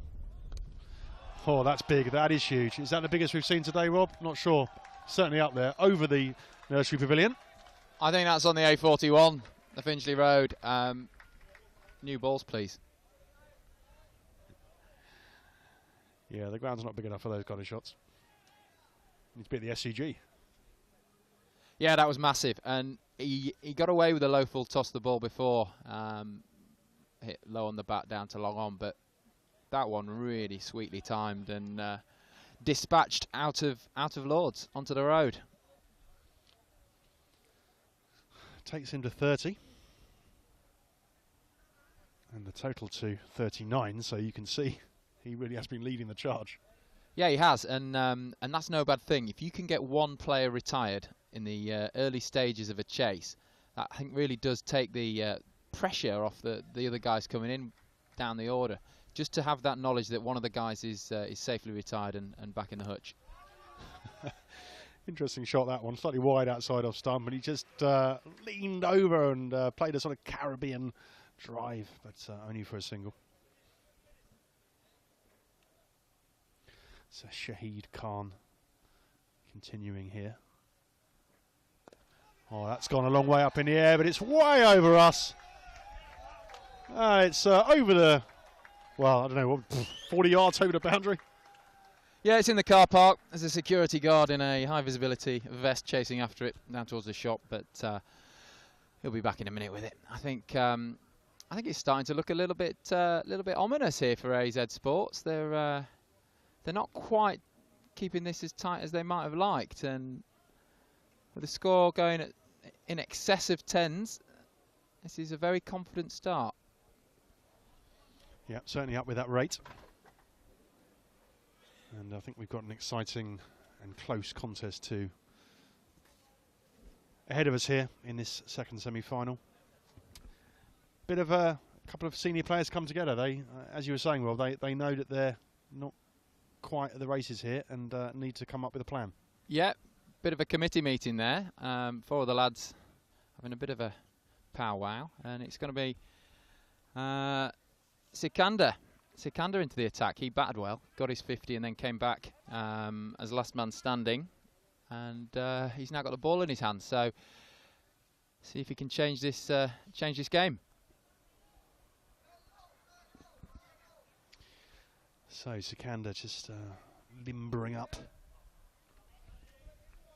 the in-form Sazad on strike. Just medium pace really, back of a length. That's just worked off his hip for a single.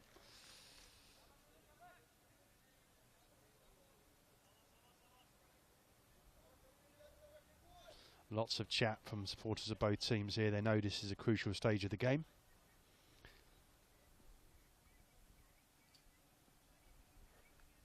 As you've said, certainly keeping up with the run rate. That's hit through the covers off the back foot for a single. He started well. He looks like he knows what he's about. He's at a good length straight away. I've seen a number of bowlers start with a wide, but he was bang on target first ball. And if he can bowl an over that doesn't include any boundaries, 1s and 2s, he'll be happy. That's cut 4-4. Just lent into that one and pierced the boundary riders on the offside.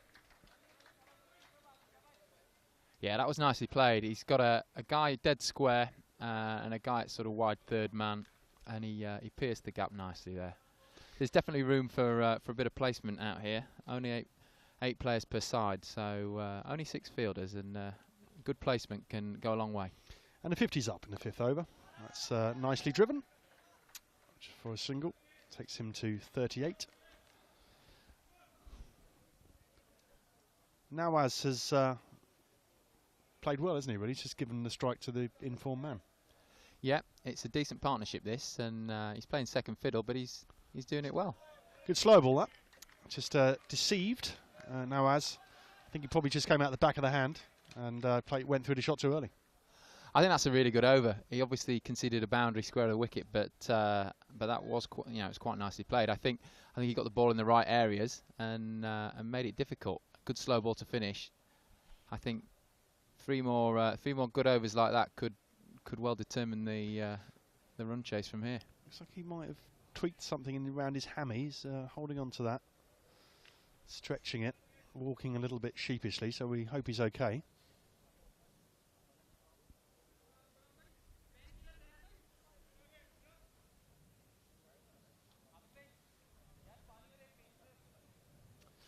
So 5 overs gone, 51, so just about up with the run rate and haven't lost a wicket yet.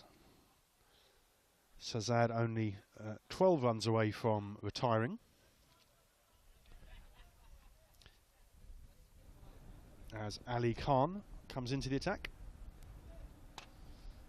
It's a good start, but just guided down to the man behind square for a single.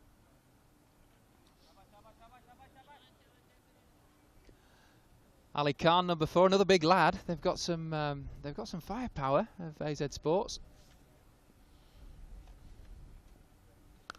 Bit short of a length that, and yeah, dispatched. Just threw his hands through that square of the wicket, and just too much width really. You sampled the barbecue yet, Rob? Looks to be a good barbecue to our right there. Some ECB members. Yeah, it's a belter. I've had a burger, and I was very pleased with it.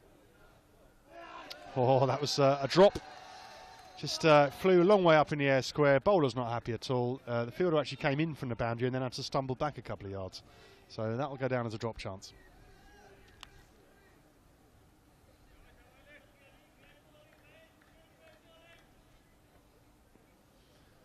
Yeah, missed opportunity there. Nice of you to get me a burger, Rob. Yeah, it's in the post. It's in the post. They're doing a fine job, and we've got quite a number of people in the ground now. There's an ECB function taking place, a celebration over to our right. Oh, and looks to steer that down. Sorry, Rob, looks to steer that down, but just went past the edge. And yeah, there's a good sprinkling of support now for both sides, and at 61 for no wicket, this chase is looking pretty much on target, going at about 10 and over. And for those on Twitter, tweet at Last Man Stands. Be good to hear from you about who you think is going to come through this second semi-final, or indeed anything else about the Last Man Stands championships. Whether you take part or are interested, or supporting one of the teams here today.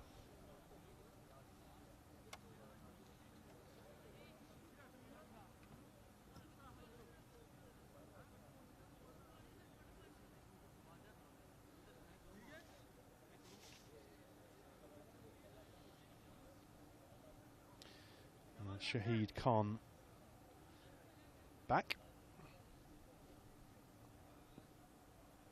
and they need a breakthrough. And they might have it here as it goes down to, yeah, it's well taken. That is well taken. It's a sharp catch. Possibly slightly misjudged it and had to lean kind of over his shoulder to the left, but took it well in the end. And just as I said, they needed a breakthrough. They got it. Yeah, they needed that, and under pressure, he took a great catch there. It just looked like it was just squeezing out of his fingers as he hit the deck, but he'll be happy to hold on to that. Can have a look at a replay of that now. That really could be a game changer.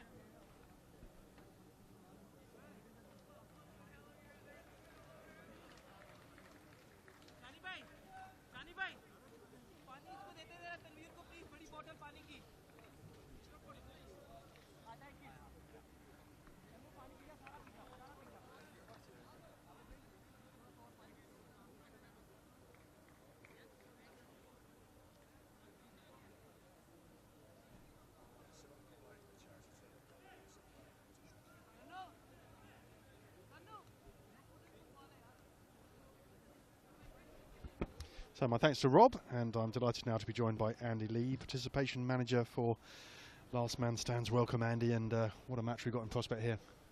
Yes, two fantastic teams. Azed Sports have been the favourites for quite a while with their performances in the earlier matches, but Azed Diner are defending English champions and have a pedigree in this format, so yes, it's really looking like it's going to be a fantastic game. It was a much anticipated fixture, wasn't it, given their form in the group stages, and it certainly lived up to that billing. As we just lost a wicket, as you saw that good catch a minute ago, and that has brought Sandar to the crease to join Azed, who has been playing very well indeed. That's played square on the offside for a single.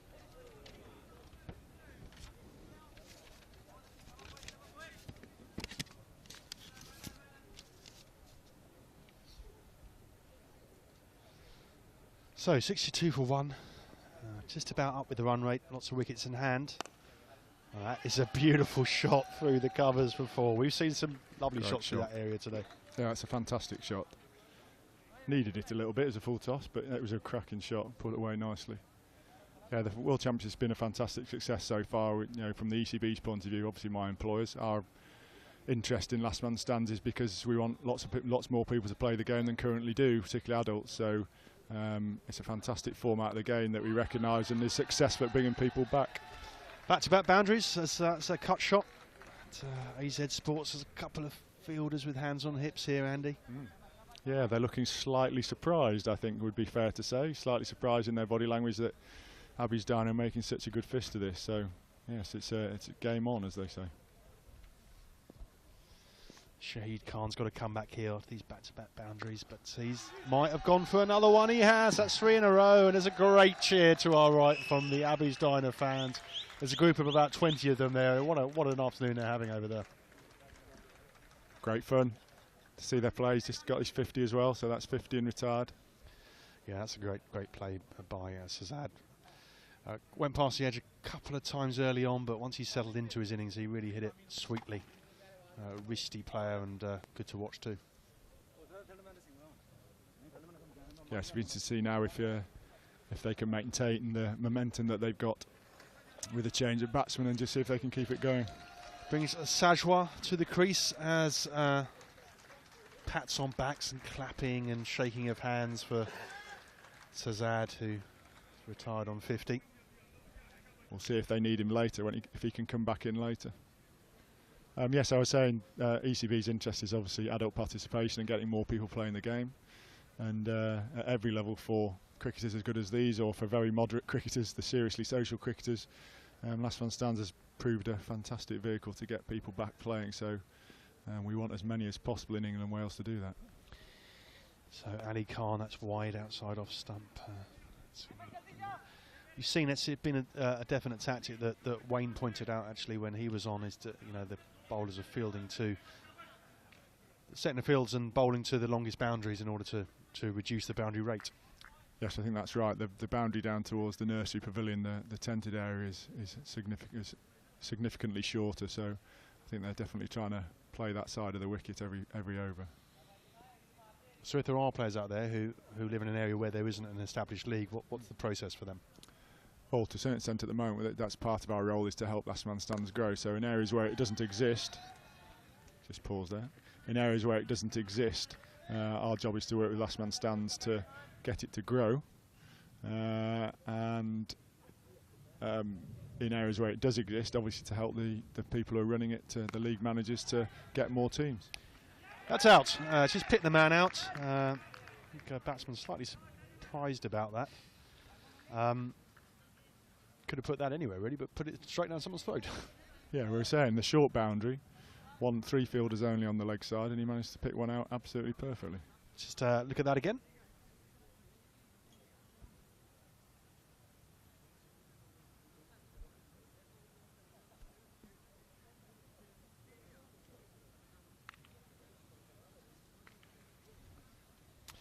So yeah, kind of a surprise wicket there really.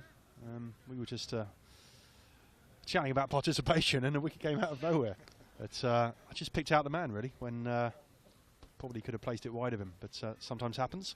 Yes, his participation in this match is over, but yes, ECB's role is to work with Last Man Stands to grow it, offer it to as many people as possible, to promote it, and to make sure that it fits with club cricket particularly, so that it enhances club cricket, so that more people are playing. Yeah, it's not an instead of, is it? It's a lot of these players are playing league cricket and this in evening games in the week. That's right. It tends to be a combination of all that. In one team of 8, you'll get a couple who are playing club cricket at the weekend in leagues and etc. That's a good ball. Just a little bit of lift outside off against the new batsman who is Shahzad Ahmed. So AZ have come into this back into this, I should say, with those 2 wickets. Run rate still around 10 and over, so it's well poised. Very well hit down the ground, but straight to the man. An optimistic appeal, we'll call that. Yeah, ECB's role is to help Last Man Stands grow, to get as many people playing as possible, and to make sure that it does, like I say, complement club cricket and not and instead of. So like I was saying, you've got a couple of people in every team who are probably playing club cricket. In most teams that are playing club cricket, I should say, and then 4, 5 or 6 who aren't playing club cricket at all at the moment. So it's definitely, we know for a fact it's growing the total number of people playing the game, and we also know that lots of people who come back and play last man stands, because it's an easy access format of the game, and people who've not played for 5 or 10 years, they come back and play last man stands, and then they get a taste for the game again and go back and play club cricket as well. So it's actually helping recruit players for club cricket as well. Yeah, certainly providing an important role there. That's come our way. That's a straight 6, very crisp shot from the new man in, and it looks like he's hit his straps early. Yeah, slightly agriculture we'll call it, but straight into the side screen, very effective, great shot. Well, that's an interesting shot. It's a bit of Ian Morgan's about that. He went for a ramp shot perhaps. The bowler responded by bowling a full toss outside off, and he just opened the face and got it down the third man. Beautiful, absolutely perfect. Top quality stuff. We'll have another look at that one.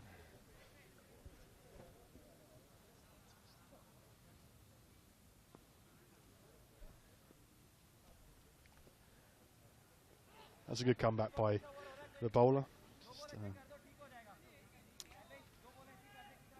corridor of uncertainty, as Mr. Boycott would call it.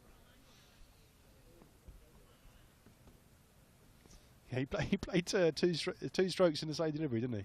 You wonder how people have time to do that, but he did. I never did, that's for certain.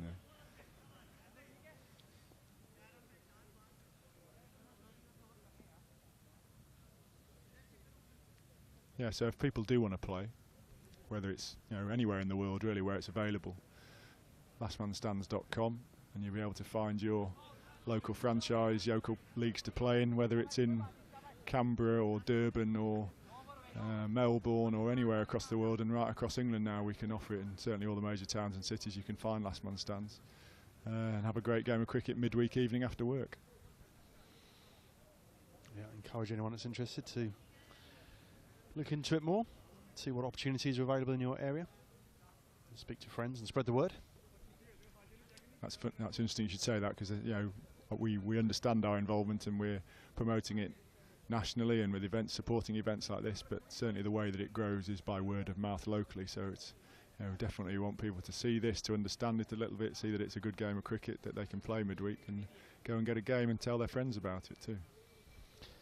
So you've got 9 overs gone. That just crept slightly behind the 10 and over run rate now, and with 2 down, and with Azed retiring, who was providing the impetus early. So this is an interesting passage of play here, and it was a good first over by Sikandar, who's returning now.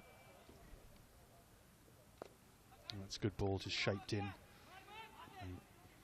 A well run, well judged single. Yeah, it's absolutely critical part of the game, this. Next 2 or 3 overs will probably determine the result. If they can keep the momentum and keep going, then they'll get very close to a big score of 206, or a fairly decent score of 206. Sikandar again, that's a big 6. Long levers into the MCC Academy, onto the roof, over the back, over where the indoor nets are, over the Maasai Warriors, who just stand there as if they do that every day of the week. Yes, as they say, don't bother looking for that one. That stayed on the roof, that one, I think.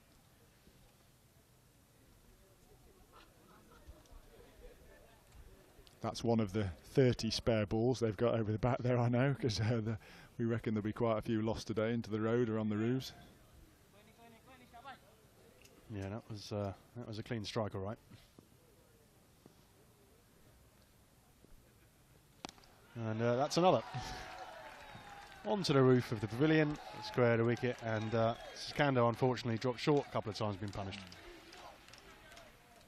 Yes, again, as we're saying, shorter boundary on that side. Great shot over the top of the nursery pavilion. Brings the 100 up.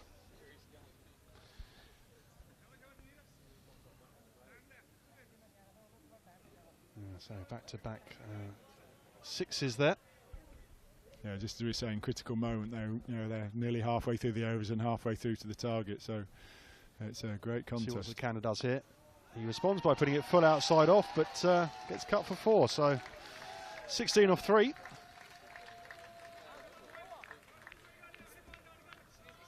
I think he might be told to take a breather after this one. Yes, not been the most successful for him so far. Of course, he did start with the bat, so we'll let him off. But we'll see. Maybe he can come up with a little moments of magic. Yes, I hope plenty of people up in South Yorkshire, the Rotherham Barnsley area, watching this. They're supporting their team. I'm sure the Abbeys Down have been promoting it. Oh dear. There's an that's it, the stairwell of the media centre. And this is the biggest over I think we've seen so far today. Fantastic. On the opening day we had somebody who hit the top half of the media centre above the midline on it, so that was a big hit. That was a big hit too. Great over for Abbeys Diner. And a bit of discussion amongst the brains trust of Azed Sports now. What do you think they do? Take the pace off the ball? My experience of bowling in last man stands is never bowl the same ball twice. That seems to be the thing for me. It is all about variation. If you let the batsman get into any sort of groove at all, or give him 2 balls the same, then one, if not both of them, are going to disappear. So Ron Nelson, 1-1-1. And Sajwat has raced to 23 with those huge last over. Abbeys Diner living up to their billing as the defending English champions at the moment. Steve Maddock, the guy who runs the leagues up in South Yorkshire, and Michael Heseltine, those 2 guys will be watching with interest, I'm sure, and making sure that, seeing if their guys get through to the final. Michael Heseltine? Yes, yeah, I did that the first time I met him too. If you could have 2 less similar people, I think it would be difficult. That's played out into the covers for a single.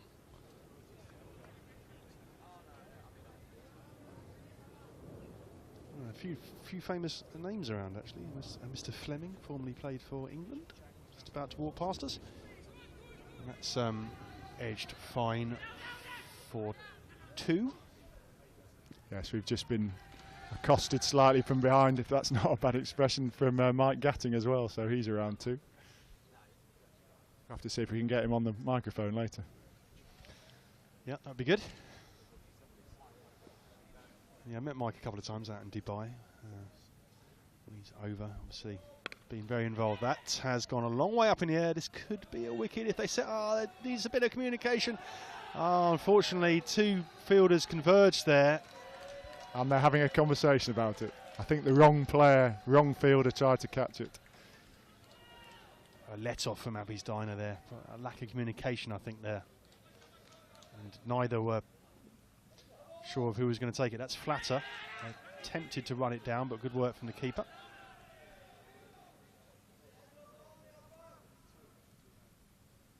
Yes, the 2 fielders converged on it, but the one who was basically tried to catch it was looking over his shoulder to try and catch it. I think it was much easier for the other fielder coming from deep mid-off to take that. Bit more flight on that, and that has gone. Oh, that's nearly through the window.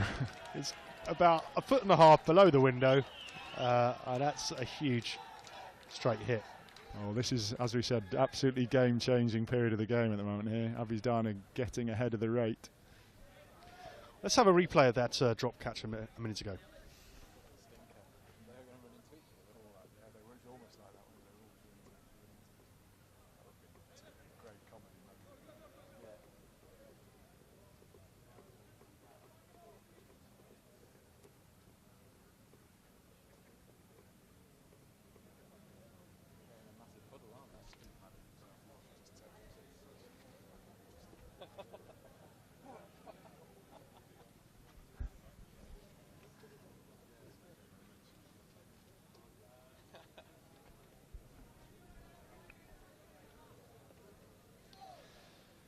Oh, it's all happening here. Fantastic game. As ever, a couple of wickets might change it, but they're easing into the favourites' position at the moment. Cannoning off the masonry.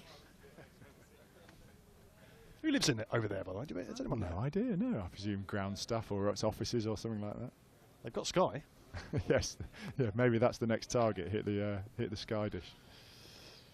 Oh, just almost bowled there. Maybe slightly unsure of his footing. That's a signal dead ball. So Kadir. The score on 121 for 2 off 11. So he's certainly up with the run rate. Oh, that's a risky 2. Coming back. Gets there. There's a few shake of the heads and some negative body language and a few shouts and arguments going on in the field. It's interesting to see when the pressure comes on. Probably the first time for Azed Sports actually in this whole tournament that they've had some significant pressure and worry about winning the game. Yeah, it seems to me like they were confident of getting through this, but clearly up against it here. That's flatter. Just been worked off the hip for 1 to square leg. Yes, Azed Diner didn't do themselves any favours by being late to arrive and a bit shambolic, I think we can say, getting on the pitch and everything, but they have pulled themselves together magnificently here so far, so excellent. Oh, there's the ramp shot, and it's gone before. There's a huge cheer for that, just to give himself a bit of space, and yeah, as I said, played the ramp shot. That's premeditated, of course, but got to hit it cleanly enough. That's a quality shot again, really is absolutely top quality. Using his stature or lack of stature brilliantly there to get under the ball and push it over his shoulder.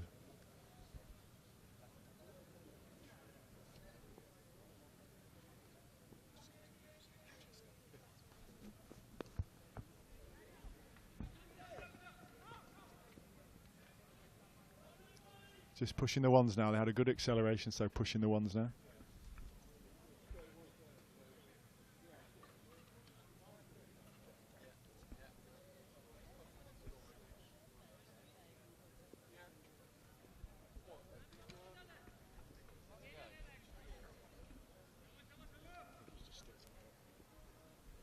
Welcome back, Rob. Hi, Rob.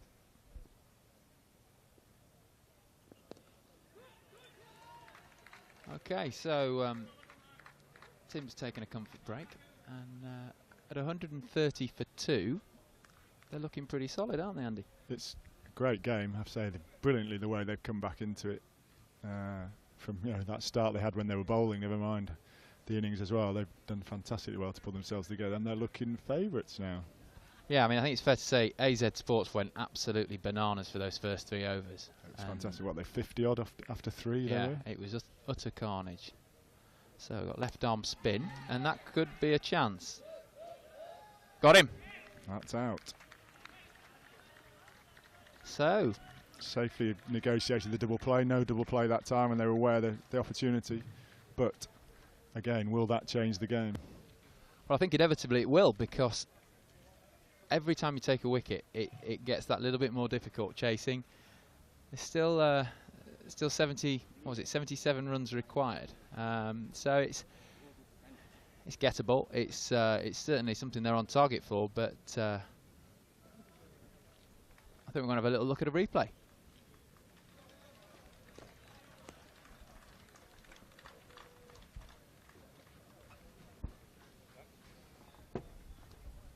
Tim returns from the short walk. What did I miss? Missed a wicket down at long off. Bit of a miscued drive.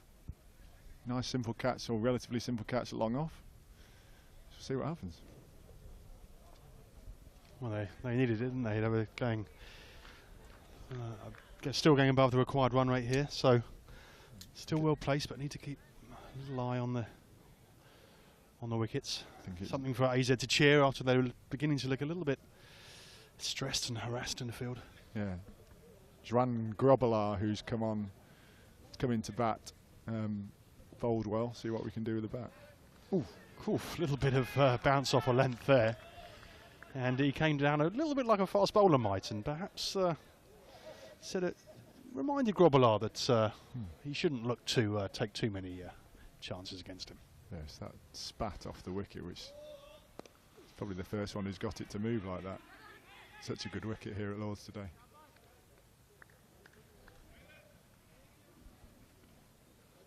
So you'd say Abby's Diner would be favourite from here, but a couple of wickets could change that. Azed Sports, I think, confident getting through to the final, but that's attempted reverse sweep. This good work from the keeper, but Grobbelaar was wise to that, wasn't he? And he backing up well. Yeah, backing up well, absolutely. I think a lot depends on Shazad here. He looks absolutely in fantastic form. 25 not out at the moment, and really is the key man. I think if he's in for another 2 or 3 overs, then Abby's Diner could be well on the way and through to the final.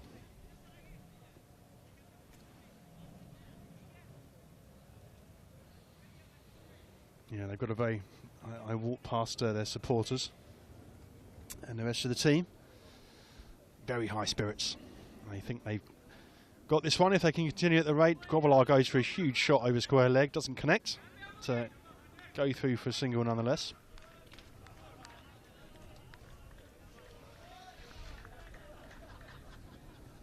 Great crowd of a couple of hundred here today at Lord's enjoying the cricket here.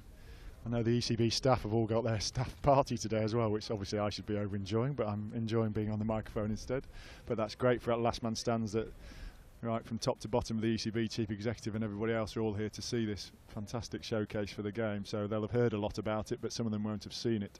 So I'm delighted that they're all here to see it and enjoying a bit of food and a drink and seeing some great cricket played. Yeah, looks to be pretty nice life over there. Barbecue, bit of sun, watch a bit of cricket. Could be worse, couldn't it?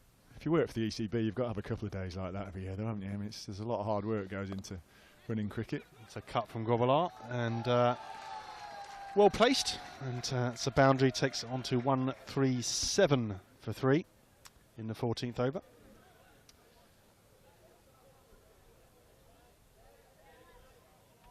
Again, it's brilliant when the wicket falls and you can feel the impetus come out of the batting side. There is a lull, and we'll see what happens whether they get it back again. It's powerfully struck down the ground, just for a single. Yeah, stand and deliver, wasn't it, really? Stand up tall and hit it back down the pitch.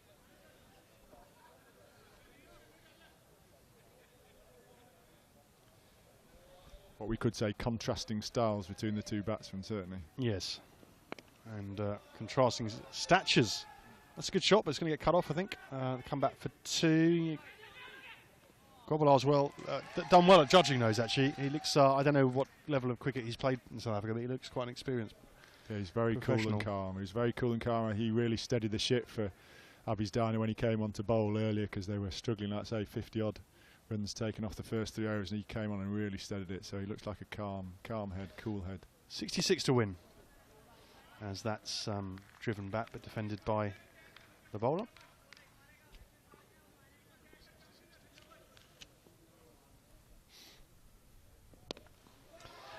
That's a good shot square, and it's gone for 4. So fielder pitched up slightly late, I think, there.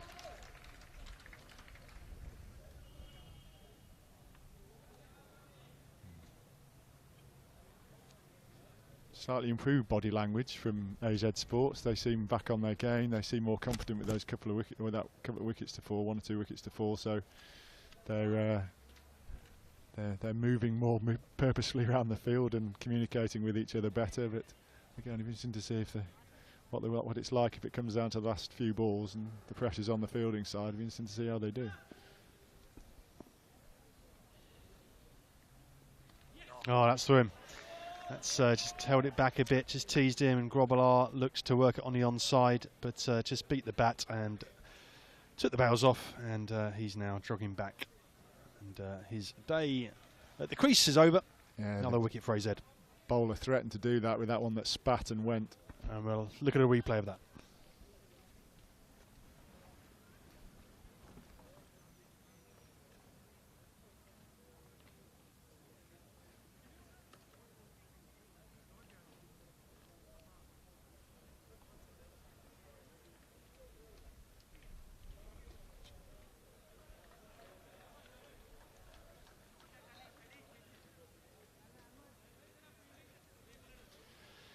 So that brings Azim to the wicket, as the score is now 144 for 4.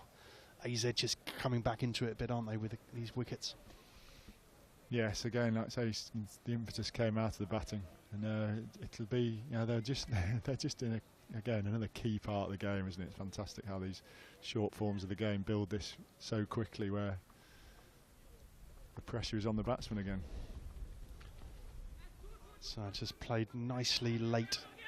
Going to get 2 there, I think. Yeah, comeback well run. Really well run. Really hustled the run there. That was great running, fair of him. Because it wasn't a bad throw, not the most powerful throw, but he was trying to get it in quickly and right by the stumps, but couldn't win him out. Slightly unconventional spinner, isn't he? It must be quite difficult to read out of the hand. Yeah, very.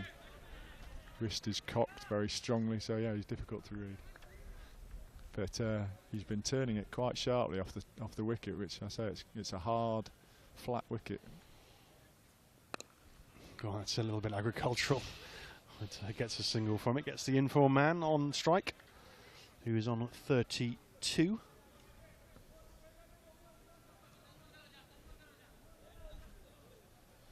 Shazad Ahmed, who's played very well, backing up the early innings from Shazad, who retired when he reached 50. That's a good ball too.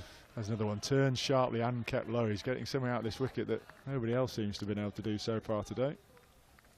So 147 off 15, and we're all set up for a tense finish. This might well go down to the last over. Yeah, it's going to be tight. This is where when you're looking ahead like this, and the home run rule really comes in here. Keeps the game open for so much longer. 12 runs available off the last ball for a 6 is a fantastic rule. I think it really keeps the game open. I've actually played in a game where my team won our first game with a home run off the last ball, needing 12 runs to win as well. It was fantastic. It just does add another dimension to the game. It's great. It could well happen. We shall see. It's played it into extra cover off the back foot for a single.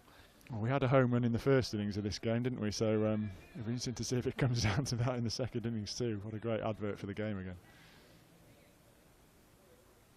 And we saw the last man standing, but only for 2 deliveries. Yeah. Yeah, good to illustrate it. But yes, again, I think that's a really, for when you're talking about the lower levels of the game, it's a fantastic rule change, I think, because it means that your destiny is in your own hands. You can not end up being run out. This could be close. He's home. Or judge 2. Yeah, your destiny is in your hands with the last man stands, because you can't be left on your own, even though you may not have even faced the ball like in 11-a-side cricket. That's gone. That's big. That's another 6 to add to the list. And that's cannoned into some vans there, just below the media centre. I think it's BT over there. BT getting a little bit more than they bargained for, I think. A couple of dents to add to the... I'll be going on my bill. That takes him to 40. Been a great innings, this. But, they might be moving to 2 players retired. Who comes back first in that case? Yeah, the first one retired, yes. Losing a bit of paper on the table here as a little breeze rustles the flags. It's just worked off the hip. Think about 2 here. That's well played. Just took the pace off the ball, knowing that it could easily come back for 2.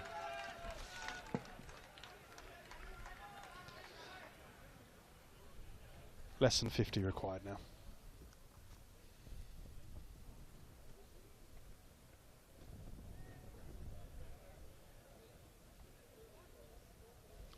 Couple of alterations to the field.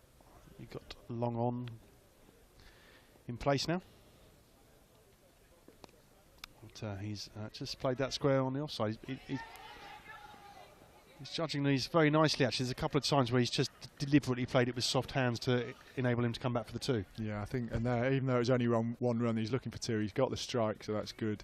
And I think that's a great shot. He's really seen what he's doing with the ball, turning it quite a bit, and he's used his hands and just pushed it into the gap. That's a great shot.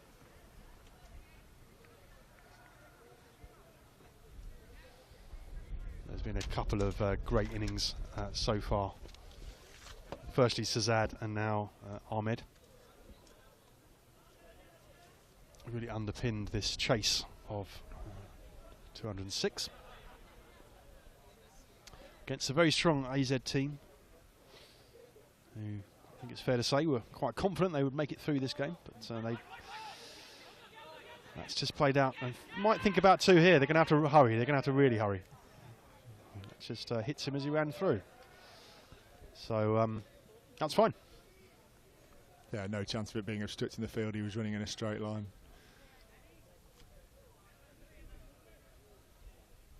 I was going to say if this partnership continues, but of course it won't because of the retiring rule. That's a well-played reverse sweep. Doesn't get it fine in the man though, so just a single. Beautiful little. He's showing fantastic variation of shot all round the wicket, slapping it over square leg, slapping it over wide mid-on. Seems to pick up length very quickly. Yes, absolutely fantastic, and a great eye. Worth saying, I think, that obviously the best teams in the world are on show here today. Oh, he's got a top edge on that, but he's going to get away with it. And come back for 2, just about. Oh, in fact, they come back for 3 for the overthrow. It's frenetic stuff out there. Fantastic. Great cricket. Really good hustling by the 2 batsmen. Putting pressure on the fielder. Putting pressure on everybody in the field, and got the extra run out of it as well. Fantastic. Yeah, I was saying, though it's the best teams on the on show here today, there is, this is the pinnacle of last man stands around the world. Just a dot ball there, which will help AZ's cause as they look to just slow things down a bit to put the pressure back on. Yeah, there are teams of all abilities across the country and across the world playing last man stands too. Just gave himself some room there, played a bat cut for a single. Takes him to 47. Yeah, so really, however good you are, whether you've not played for 10 years, whether you've never played the game at all but fancy a game, or whether you're a pretty decent cricketer currently playing or used to play or whatever, there's always a game of last man stands for you anywhere in the country really at the moment. Another brains trust. Yeah, big discussion. Not too long, I hope. I've got to keep an eye on the timetable as well. I want it to keep moving along, but yeah, come on guys, move along. Sure you can squeeze another match in? On such a beautiful day, it'd be amazing if we could, but we've got 9 hours of cricket here today, so we're doing pretty good, I think.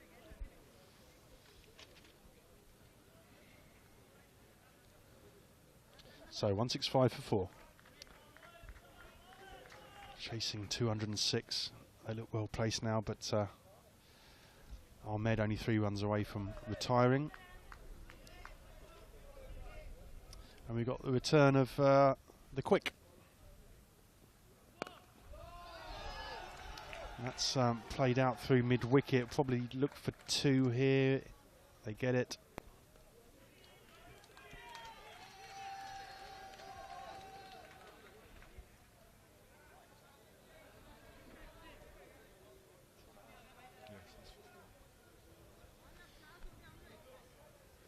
And that's his 50, so well played to him, and he retires for now. Fantastic innings, really, really good innings that. Not the biggest hitter in the world, but I thought that was a fantastic bit of batting, really great. And it's been warmly applauded by both his team and indeed the wider spectators. Now the stand in front of the MCC Academy filling up as we go through the afternoon here.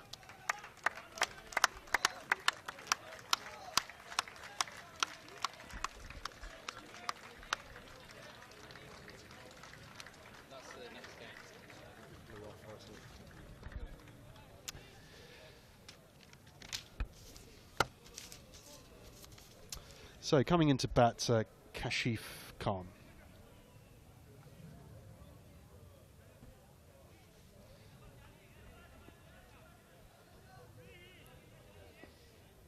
Opportunity here for AZ. Yeah,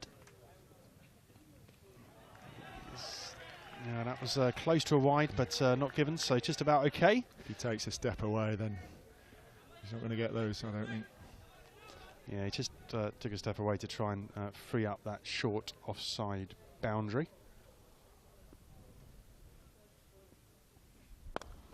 That's a great ball in the block hole. They get a single though. That's very sharp.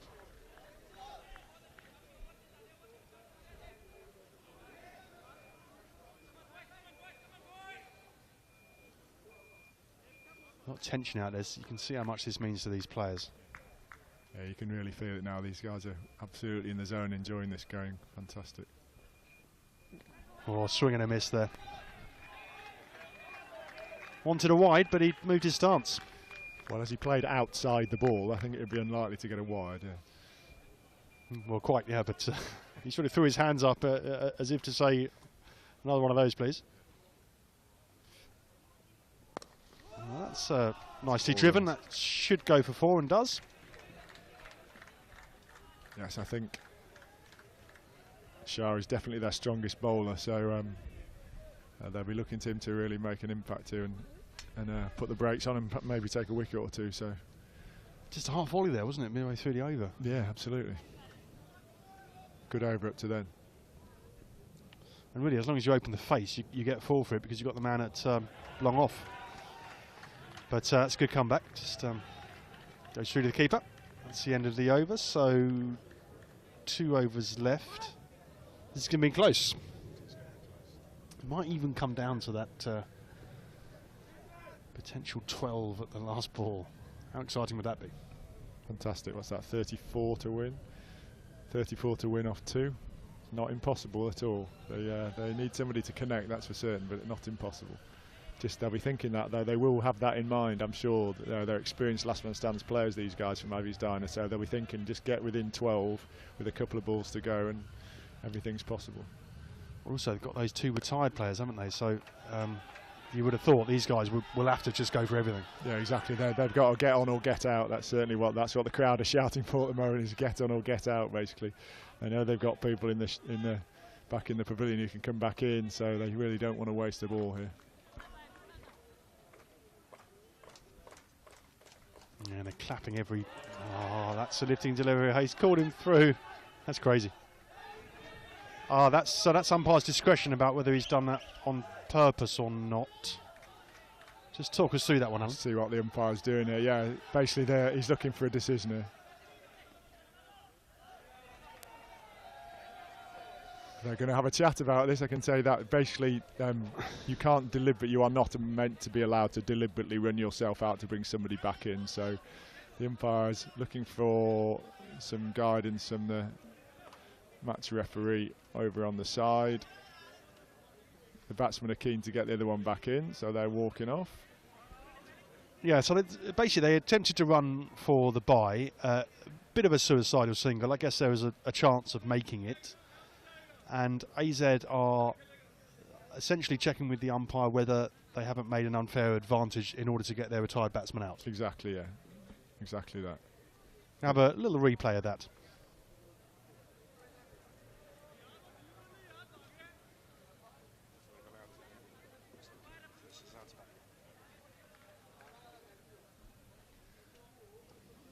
So decision is made.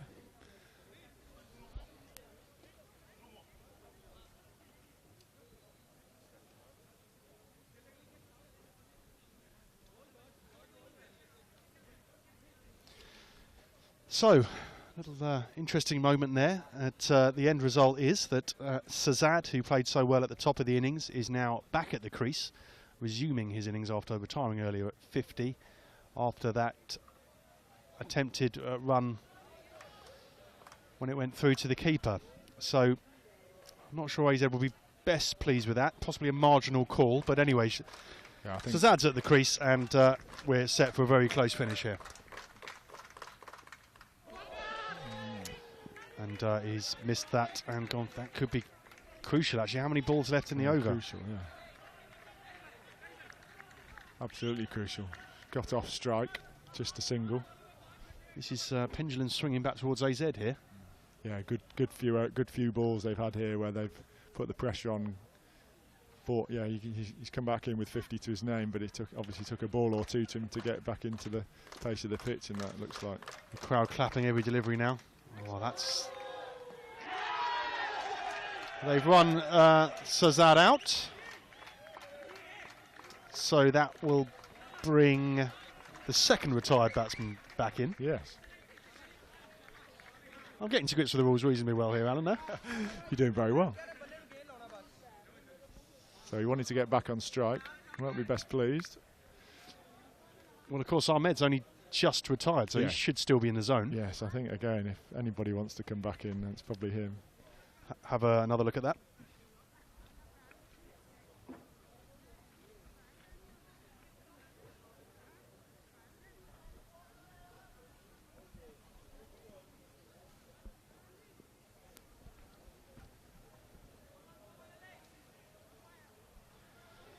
And this prospect of the last ball is looming large.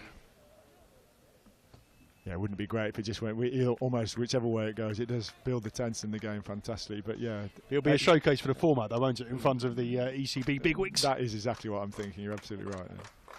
Yeah, I thought you were, a wry smile.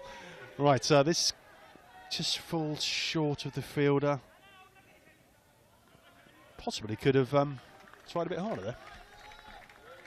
Is that over bowled? Yeah. So last over, 29, yeah, 30 required.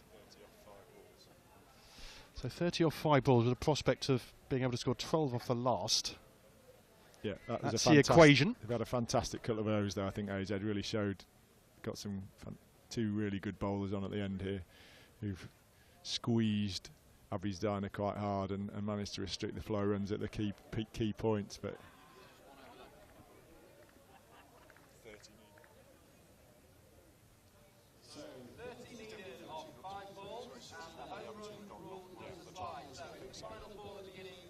is hit for 6, they'll get 12 runs. 30 runs required from 5 balls.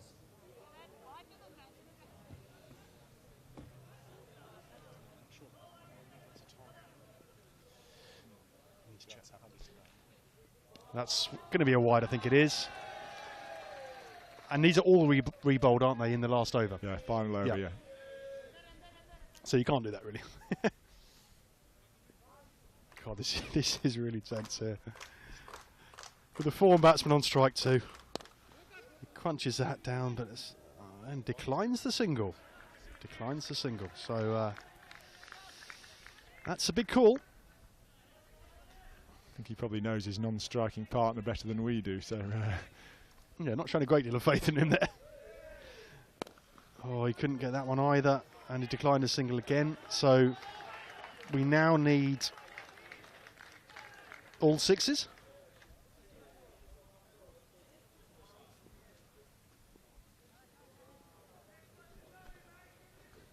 This is one for the mathematicians now. Oh, he's hit that, but that's gone straight up in the air, and he's declined that as well. This is getting rather strange. He's going to get into a situation where we can't win, surely. yeah.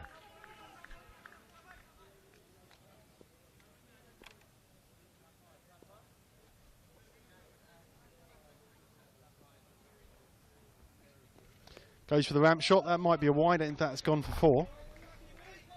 Yeah, you got an edge on it too. I think that was actually... So it's an intriguing last over here in the second semi-final. AZ looking on top, very good closing over. But there's this prospect of the 12 of the last ball and obviously extras. AZ on the cusp. They need a wide or a no ball, basically. Yep, so this has just got to be straight.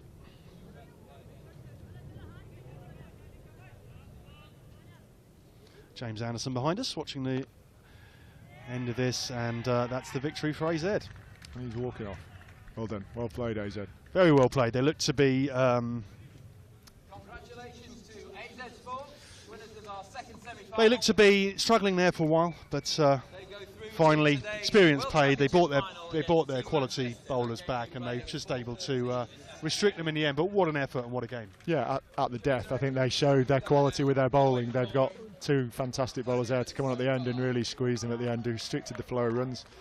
And I think we're worthy winners. I think they will look at 206 from the way they started as a below what they should have got, and that's why it came down to being quite tense in the last 3-4 overs, because they hadn't put enough runs on the board from 50 off 3 overs.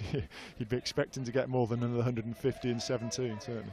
Yeah, and you feel for Shazad and Ahmed, who played so well in getting to the 50s and retiring. Yeah, I thought both of them, particularly Shazad, was brilliant, absolutely outstanding with his range of shot. Really, really good quality player, great fun to watch.